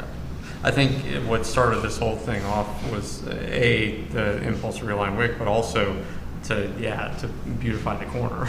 Yeah. Because the S curve and the gravel lots and the potential for it to be a suburban stormwater pond, that definitely hit our radar early on. So we would be in agreement that we want to beautify the corner in the process of doing this. Okay. And also Tim, as a part of the process we're dealing with right now, obviously we're not looking at a waiver on the PUD on the 5-acre minimum. Are there any variances in here that we're looking at beyond just the PUD? No, I don't believe so. Okay. But you will see this come back to you as a subdivision. You'll also be seeing this because they will be vacating portion of the existing curved section of Wick Street, so council will have to have an ordinance to vacate that and in return receive the newly straightened section. Got it. Okay.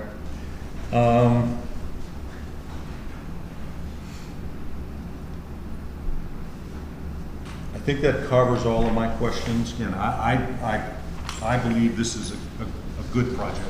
I think that the mixed use, the mixed housing type, the opportunity for at least some owner occupied, I think is very beneficial. The opportunity for some affordable indexed housing, and I think it's consistent with our comprehensive plan. So are there any other questions by the committee? A motion to forward with approval. I have a motion to forward for approval. Before I call the vote, do we have anything we want to say in that motion regarding the pedestrian access, or just bring it up at the first reading? I think it's going to be part of the discussion. Okay. All right, any other discussion on the motion? Hearing none, all those in favor say aye. Aye. Any opposed? Okay, this is forwarded to a future meeting of council. It's not up to me to say which one. Dan will figure that one out. I think this will be ready for the July 12th meeting for first reading. For first reading and then the second reading public hearing in August. Okay. Yeah, because we are skipping that second July. Skipping what? Council goes into yeah, recess yeah, the end of July. A little bit of procedural conversation. I know it's not on the agenda here, but in the case we are doing public hearings at second readings out of convenience or routine, we can do them differently, but just subject to the notification or advertising requirements. Right? Yes, and at this point though, we would not have time to advertise the public hearing before first reading. Right. So, yeah, that just slows it down. Yeah, you would lose a month actually, because we'd have to, the next time we could advertise for the public hearing, if you wanted to do a first reading, would be the first meeting in August, which then sets actually 6 weeks maybe. Well, we can talk offline on that. I think what our flexibility may or may not be in situations like that to actually get public input before it's in front of us for a final vote. Okay, so that's moved forward. Thank you. Thank you. Next item on the agenda, 4.3, is the residential pipeline report. And if I can, quick point of order, a reminder, you do have the Community Development Committee meeting immediately after that, and there's a pretty substantive conversation also as part of that. So Okay. I know this pipeline report, we were just adding it because it's our quarterly report. I don't think Tim's ready to speak to it, but he doesn't have a presentation. I know Perry's items will all be lickety always are.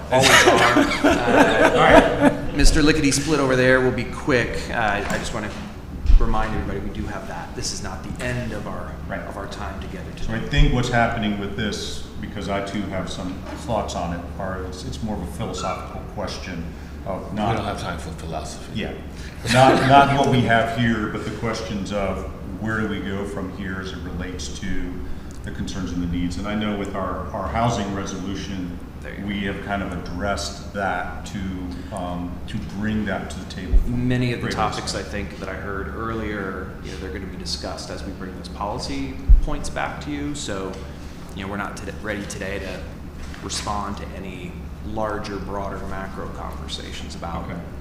things. All right, Tim? Just very briefly, you have the highlighted version in the larger format there. I don't want to take any more time than absolutely necessary. We did add a column for single-family dwellings, and that now incorporates the 18 units at Linden. The highlights, yellow cells are the ones that have changed since last time. We're just very briefly, we are seeing construction activity start on some of these PUDs with land disturbance and things that we haven't seen previously. And just end with this slide on the screen here that gives you an idea by ward how many total units. Ward 1 having the highest, 932, Ward 2 having the lowest, and then on parentheses the number of projects there. Be glad to answer any questions, or there's no action necessary. Presumably this goes forward to council. Questions for Tim beyond philosophical questions? I just, I think it would be good to have this on another meeting agenda, because we don't have the time today, but I would like to, and I think I brought this up before, is to have a column here for affordable units. So that, and Less than 80%. the only way we're going to be able to do that is if they have formally Right. Committed. Which the submitted only ones, or and that's the thing, is that to Okay. my knowledge, the only ones that have, the local said that they were gonna possibly have Mhm. up to, I think it was 20%, which at that time I calculated, I think it was like 39 units. All the other ones of these, clearly 550 Fairmont is saying 5%. And I know that the, where's the one on Karen Square. the one on at the Elms? The one at Winchester the Elms. Grove, Winchester Grove. Yeah, Winchester Grove. they committed to a percentage as well. Yeah, Yeah, so, and those- and I think that they're more working with employers to give it an employer discount, is what I recall. But you're right, I do think that he had mentioned something about affordable, but I think that those are all like around probably 80%. So I just would like to see that column, because again, our lower income working poor are living in the poor conditioned old homes, and pretty much all of these new homes are for market rate not successful, but people that are financially higher on the socioeconomic scale. So I just think from the standpoint of fairness, and I get we can't tell developers what to do, but I think it's important to at least make the note here that we're looking at 52 units or whatever it is. It's going to be under, I think, 75, or certainly under 100 out of 2,398. So. I'm more worried about giving you inaccurate information. And it's something that they may do it without us. Mm-hmm. There are going to be a lot of special circumstances, like the Grove is a special circumstance where they might have other discount programs or an allotment of units that are affordable by nature as opposed to by a subsidy. So it might be hard for us to give you accurate numbers, but we'll put a little asterisk on there just to kind of point out that we're not entirely confident of the number, but we'll do our best to give you something that's realistic. Yeah, I mean, and I can just say that in all of these ones that I've been a part of, the locals, I mean, there's one or two, Right. no more than 3 that have said yes, and all the other ones have said no, we can't. And we're I not- think the reality, Tim, you may be able to speak to this, is in the cases where we've done that, it's the one and only codified requirement for affordable housing when they take advantage of the density bonus under the PUD.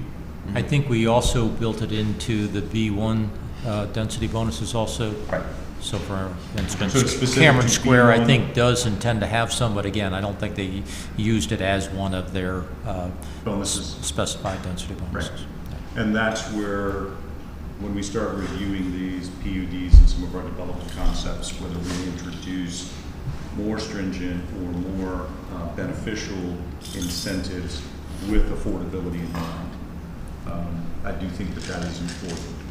Now, there's also a potential reality that the number of people who move in here, I guess we've got to avoid this this singular focus that 100% of them are going to be in migrations from outside of the area. They're going to be moving from places that they're currently living right now because of opportunity and availability. So when they move from those units, that may free up units that are viewed as more affordable to the lower range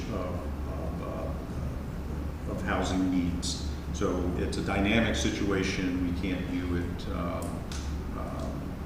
through a single lens. So we just don't know. But the incentives, I think, any of these that came, the two that came through here today, I think it would be very challenging for us to say, I'd love to approve this if you just had more affordable housing in it, because there's no restrictions, there's no requirement. I certainly would want to go on record denying an approval because they wouldn't give me something that we're not telling them they have to. So let's figure out how to tell them what we want. All right, let's see. Any other questions on that? That was a presentation. Thank you, Tim. Thanks, Tim. Thank you. Now we've got a resolution. This is approving Millwood Avenue Improvement Project presented by Perry Eisner. He's done. Not yet. You're right, I'm done.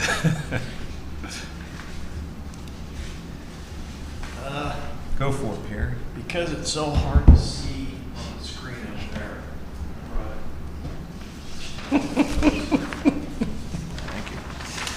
Thank you. And you are correct. Look at this. So, this project, we've talked about it for quite a while now, but it's really between the interstate, I-81, and Apple Blossom Drive. Right. This section of roadway is the second busiest roadway in the city. About 32,000 vehicles a day. For trivia purposes, the busiest section is actually Berryville Avenue. Can we flip that?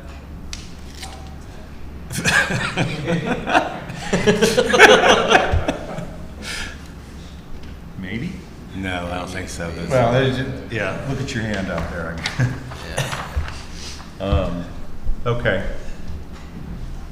I just don't want the residents at home all like this looking at it. I mean, that's an interesting, very interesting observation, because if you ask the general populace, they would probably flip those two. Yeah. Okay, go ahead. Okay, so traffic flow through this corridor leaves a lot to be desired. The biggest problem with traffic flow is the intersection and the signal light that is at Mall Boulevard. That really disrupts traffic. So this project would remove that signal, and it would eliminate all left turns at that intersection. So Mall Boulevard basically becomes a right in and right out. Mm-hmm. That will help traffic flow tremendously. Just that improvement. But because so many cars do turn left, westbound cars coming into the city turn left onto Mall Boulevard, to take care of that traffic, we will create a double left turn lane to turn left onto Apple Blossom Drive.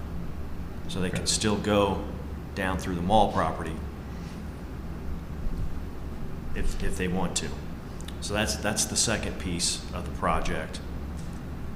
The third is to create an additional eastbound lane on Millwood from Apple Blossom Drive all the way to the southbound ramp to get on the interstate.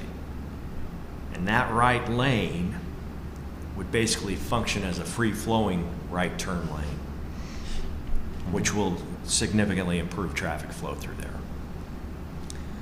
So those are the three big components of the project that really will help traffic. Now, the challenge that we have is there are a lot of pedestrians that cross today the signal at Mall Boulevard. That is going to continue as long as the university has students in the former hotel property. I was a student, so I still kind of remember, but I don't think students are going to be willing to walk from there all the way down to Apple Blossom Drive to cross at that signal. I just don't think that they will do it. And as much as I don't want to add a signal, I think for safety purposes, I'm recommending that we add a signal. You can see where it says signalized pedestrian crossing. This would actually be a normal signal, red, yellow, green, that would stop traffic completely to allow pedestrians to cross there. It would only be, you would have to push the button to activate it. And when you do, you might have to wait a couple of minutes before you get that signal to cross the street. That lessens the traffic flow improvements, but I think just out of safety, I think my recommendation is we need to put that in. Okay. So that's the project. What we're looking for from council is to basically approve this design to keep moving forward. We have coordinated with VDOT because they're going to be replacing the bridge over the interstate, and you can see that in this figure, how the new bridge is going to be on the north side of the existing bridge, and how this will all tie in together. Both projects will be constructed at the same time. And it took a lot of conversations with VDOT to make this happen. And our Commonwealth Transportation Board representative, Mark Merrill, he was he greatly assisted in making that happen. So we're very appreciative to him for that. But that's what the project looks like. I think VDOT will actually manage the construction of both because of the bridge over the interstate. They're looking to hopefully start construction late in 2024, early 25. Okay. Is that your presentation? That's it. All right. Any questions from the committee? Yes, and a couple comments. Here we go again. So, if we had put that bridge in, that pedestrian bridge, in a while ago, would we still be here right now with this? Well, and there's another piece to it too. Sure. Go. I'm sorry. And when you came to us with recommendations of providing another lane for turning that was going into Duke Early and just to ease traffic, so this all ties into what you were presenting a couple of years ago, a year ago, and this. So right. We know there's a lot of traffic there, and and we have to do something about it. And we could have calmed the traffic flow a little while ago, and had it paid for by VDOT, at least $3 million of it, if I remember that number correctly. At that time, yes. Yes. Right. but we're not getting any money to. In the next agenda item, we're actually going to talk about it. Okay, so, We could potentially apply for money for a bridge, okay. but we'll talk about that Okay, good, in the good, good. next So item. I'm jumping ahead of myself again. But that's okay. So,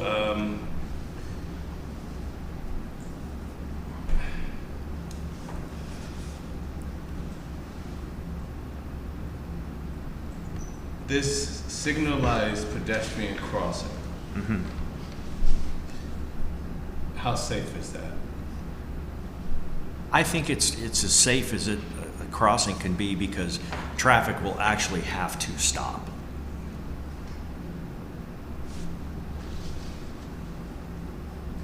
It's not, you know, some places where we have mid-block pedestrian crossings, we have the flashing lights. Yeah, like you're doing, Cameron. Yeah, this is not like that. This is an Yeah. actual traffic signal Okay, that will stop traffic. okay.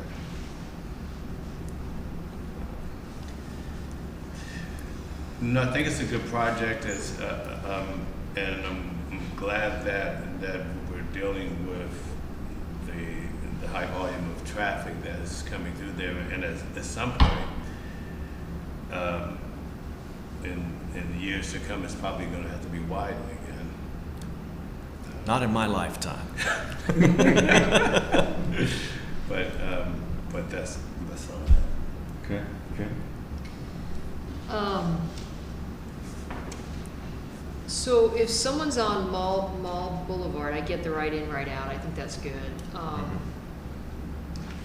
But it looks like the only way, if you're coming out on Mall Boulevard, you really can't cross over, that's not a U-turn there at the light, correct? No. That's not gonna be a U-turn at all? No. So if you're coming around on Mall Boulevard, you are either getting with the flow onto Millwood or you're getting onto 81. Correct. That's it.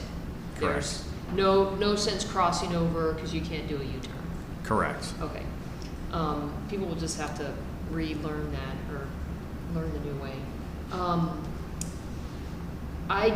I have concerns regarding the signalized pedestrian crossing. Having been a college student, and even now, I tend to not wait for the light Bridge. to change. I think at some point, I mean, I think it's a temporary fix for what, 1, 2, 3, 5 years, but ultimately, I think we're gonna need a bridge there. And would not a bridge be helpful with the Green Circle Trail? And in the next agenda item, that's exactly Yeah. We're jumping Okay. ahead. yes. So, okay, so, Spoiler, spoiler. I think that the signalized pedestrian crossing is okay, but I am concerned about safety. Ultimately, I do think there needs to be a bridge there, but I think this is it's good to get rid of that light, keep the traffic flowing, but traffic's gonna be flowing, but then it's gonna completely stop, and my concern is it's gonna back up onto Apple Blossom Drive with the pedestrian. Because will those lights be the pedestrian light and Apple Blossom Drive? Will those be synchronized They will. to stop Apple Blossom Drive folks until the pedestrian? Yes, Okay. they will be synchronized. That's why when you push the button for the pedestrian crossing, you It's might gonna- have to wait. Because it's gonna stop that It's Apple gonna- Blossom before it, gotcha, Yeah. okay, all right, well, So. it's a temporary fix. Yeah, and I'm going to kind of reiterate what my colleagues have said. Really what we're doing as proposed is we're moving the signal and the impact on traffic flow from Mall Boulevard 100 yards down to the signalized crosswalk. Now, the one thing we're doing here, based on this graphic with this little wider green strip, is we are creating an area, potential area of refuge. It's going to be tempting for someone to not wait for the stops, for the signals. That if there's a break in traffic, they're going to run across to the middle, and then they're going to wait for another break in traffic and run across to the other side. I think that's an accident waiting to happen. I mean, it's got potential viability, but it's not great. You know, that works wonderful for somebody who's fully able-bodied, but somebody else it would be a high-risk move for them to do that. So, yeah, I'm anticipating when we jump to the next one. Now, you said you've got the area delineating the VDOT project and the city project, but that it's all going to be under one unified project, one unified contract. It's just going to be a money movement as far as the city's concerned. Correct. Okay. So, because we can't necessarily, you're asking us to approve this, or this to be approved, and then in a parallel path, we're looking to look at a bridge. So that Motion to forward this to council with approval. Motion to forward this to council for approval. All those in favor say aye. Aye. Let's move on to the next item. Perry, that's you, right? I learned that from you, Dick. I'm glad something fucked up. All right. Perry, clock's ticking. Okay, the clock is ticking. So,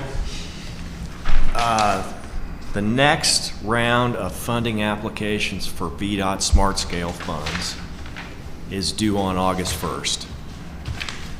So, I've brought forward 3 projects that have been developed to the level that we can apply for this funding, that I think would be good candidates.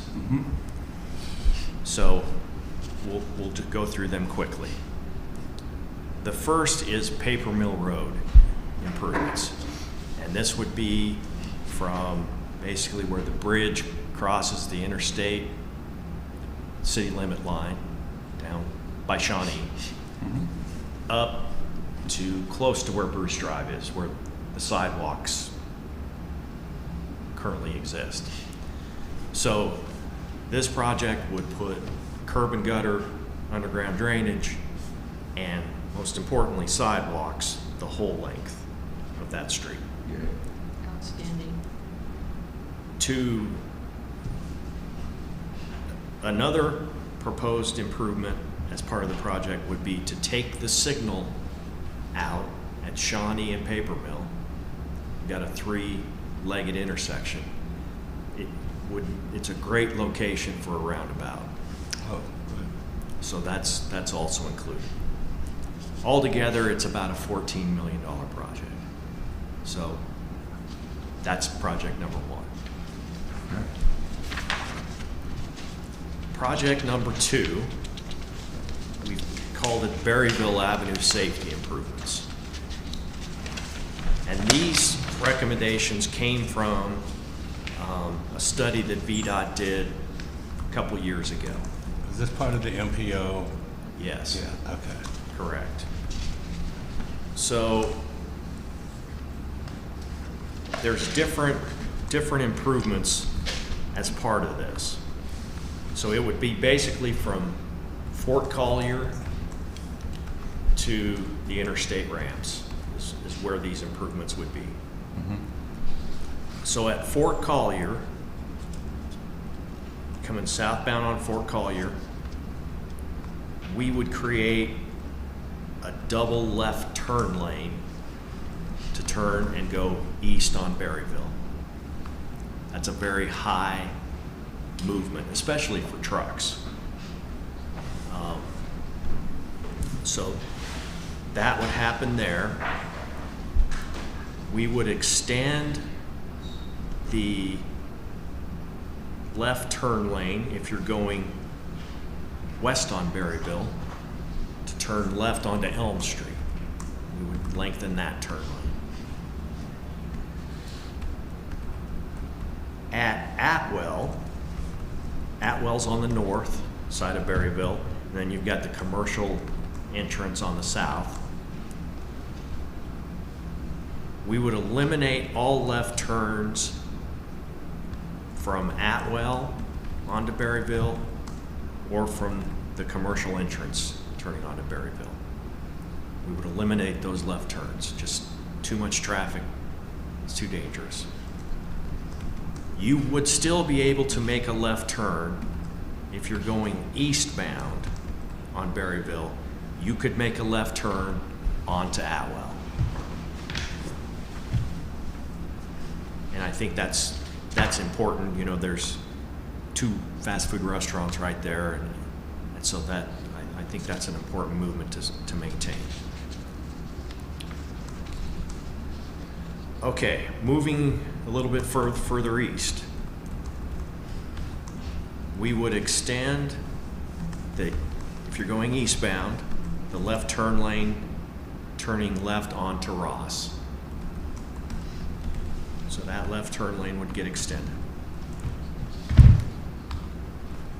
Now I saved the best for last because I think this is the most important part of it, but it's not going to be popular with a couple of businesses. And that is to close off the center median between Ross and the interstate. That would eliminate the left turns into the gas stations there. But what it does is it allows the left turn lane, if you want to go southbound on the interstate, it extends that turn lane a long ways. That turn lane today is so short, and it constantly backs up with traffic. It just creates a traffic nightmare out there. And this would go a long way to help that and certainly make it safer. Those are the proposed improvements on Berryville. Okay. Now, one that we've already talked about a little bit. Brought another handout.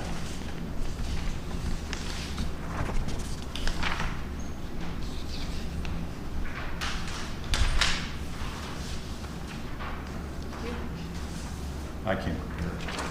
I'm impressed. Thank you, Gary. Oh, yeah, okay, that's good.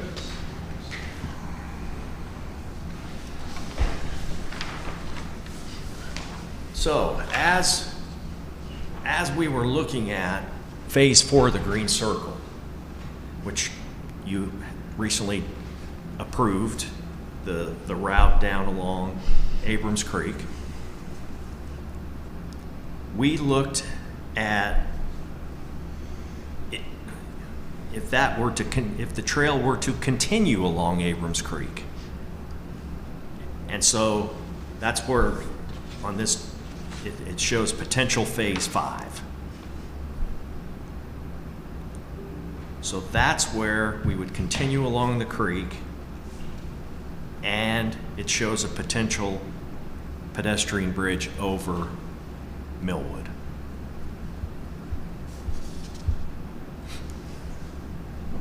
I've had preliminary conversations with Shenandoah University because this obviously would impact their property, and they are supportive of it and said that they would be willing to donate the easement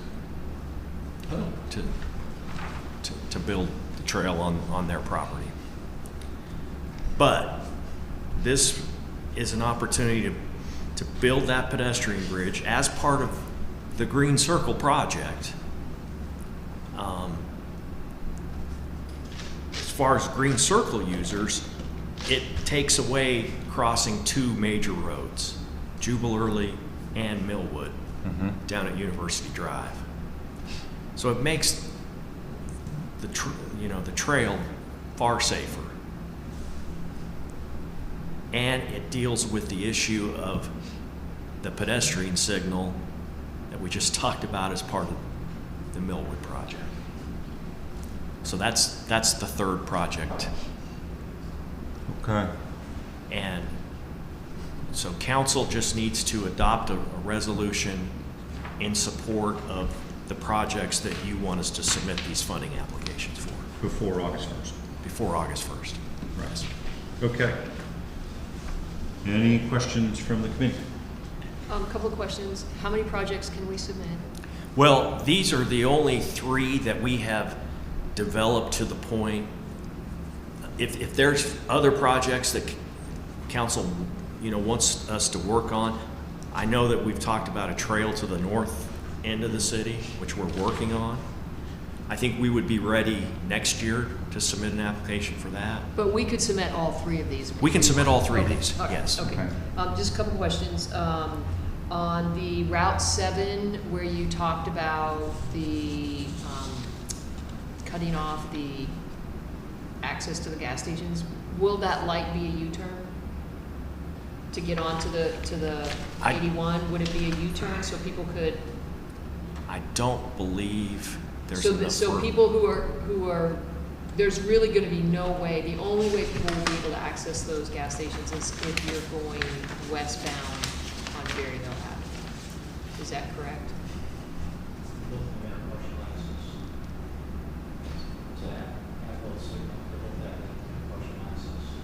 Right. So there is interparcel access, but Oh, so,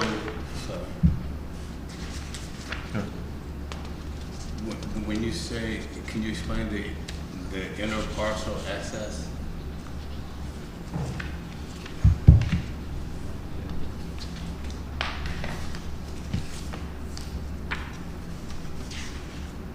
If you're on that- Could you maybe bring that slide up that shows that area? I know the context or the little text box on that one is kind of covering the business operations there. that's Millwood. We want Berryville. Yeah, the next page There up, you go. right there. All right, zoom in There there. you go, that one, yeah. All right, and then bring it down a little bit so we're seeing, if people are heading eastbound on Berryville, they would have to turn left at Atwell. And you're saying through the old Italian neighborhood kitchen or whatever it is now, and then even behind it and back by the Hampton Inn, that is all easement? That's correct. That is actually a platted easement across the front of that old restaurant, Mhm. property on the corner to get you over, not only to the driveway going down to Hampton Inn, but also over to the, Okay, so they could access it through that? they can access the. And vice Signalized. versa, if they were at those businesses and they wanted to go eastbound, they go over to Atwell Signal, come out and go eastbound. Yeah. For the gas station on the south side there, it's a little bit more circumvented because you have to come down in front of the, was it 314 Pizza? Yeah. And then come Right. up that access Okay. out of Harbor Freight there. Yeah. But again, you can make left turns at that intersection. Okay, I think that is very much needed, because traffic does fully back up there, and it's problematic. The final question that I had, and I'm guessing the answer to this is yes, is on the paper mill, which I'm very excited to see the paper mill, it's very much needed. That roundabout, because there's a lot of trucks that go through there, so Yeah. it would be It would be. enough for trucks? It would, Okay. absolutely. There's All right. there's enough room to do that. Perfect, awesome. David? I really don't have any questions, because I know this has been vetted through the MPO and Planning Commission? no, the MPO and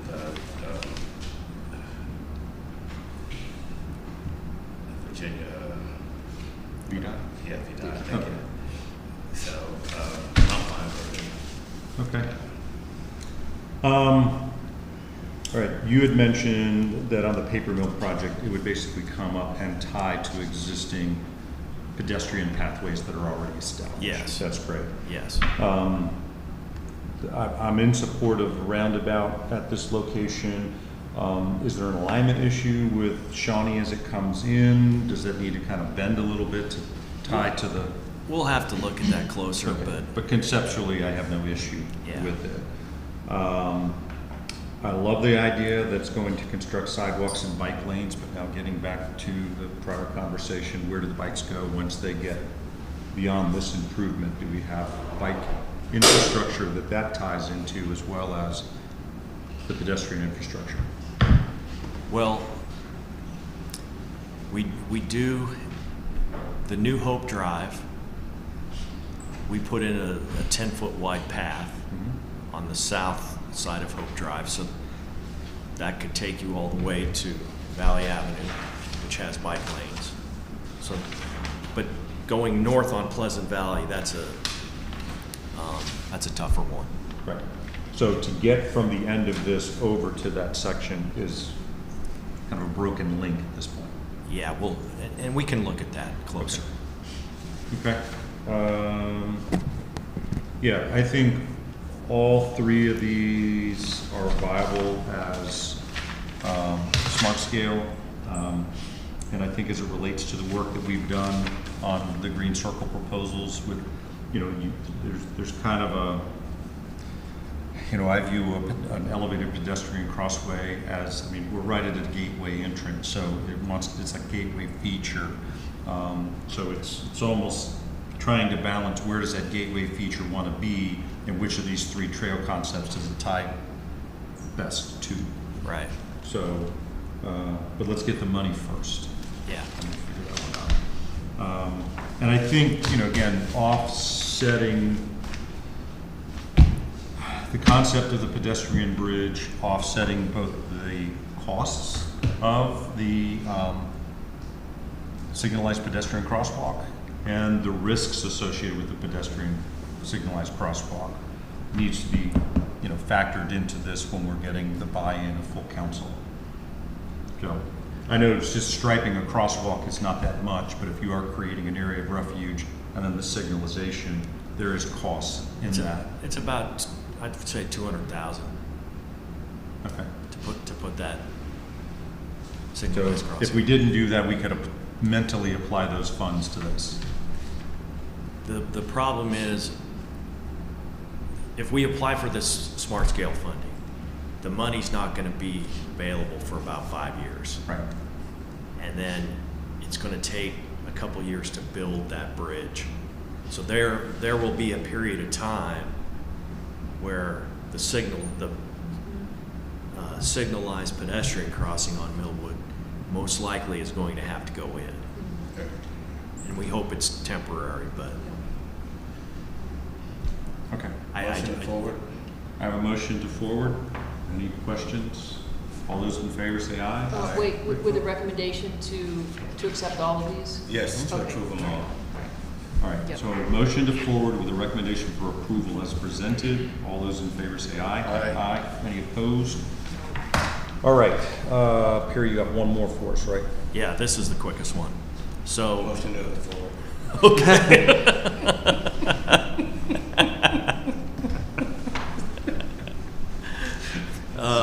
Let him say something.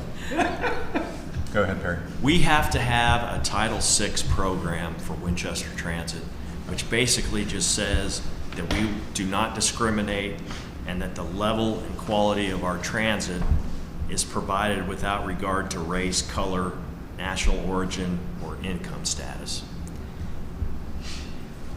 The last time council approved it was 2016. We had to make some minor wording changes to change with the federal regulations, so the updated plan is there and we're just asking for council's approval. Motion forward. I have a motion to forward. Any discussions? Second. All those in favor say aye. Aye. Aye. All right, this is moved forward. That concludes the agenda before us today. I'll entertain a motion to adjourn. Motion to adjourn. All right, we have a motion to adjourn. All those in favor say aye. Aye. Aye. All right, we are adjourned for the Planning and Economic Development Committee meeting.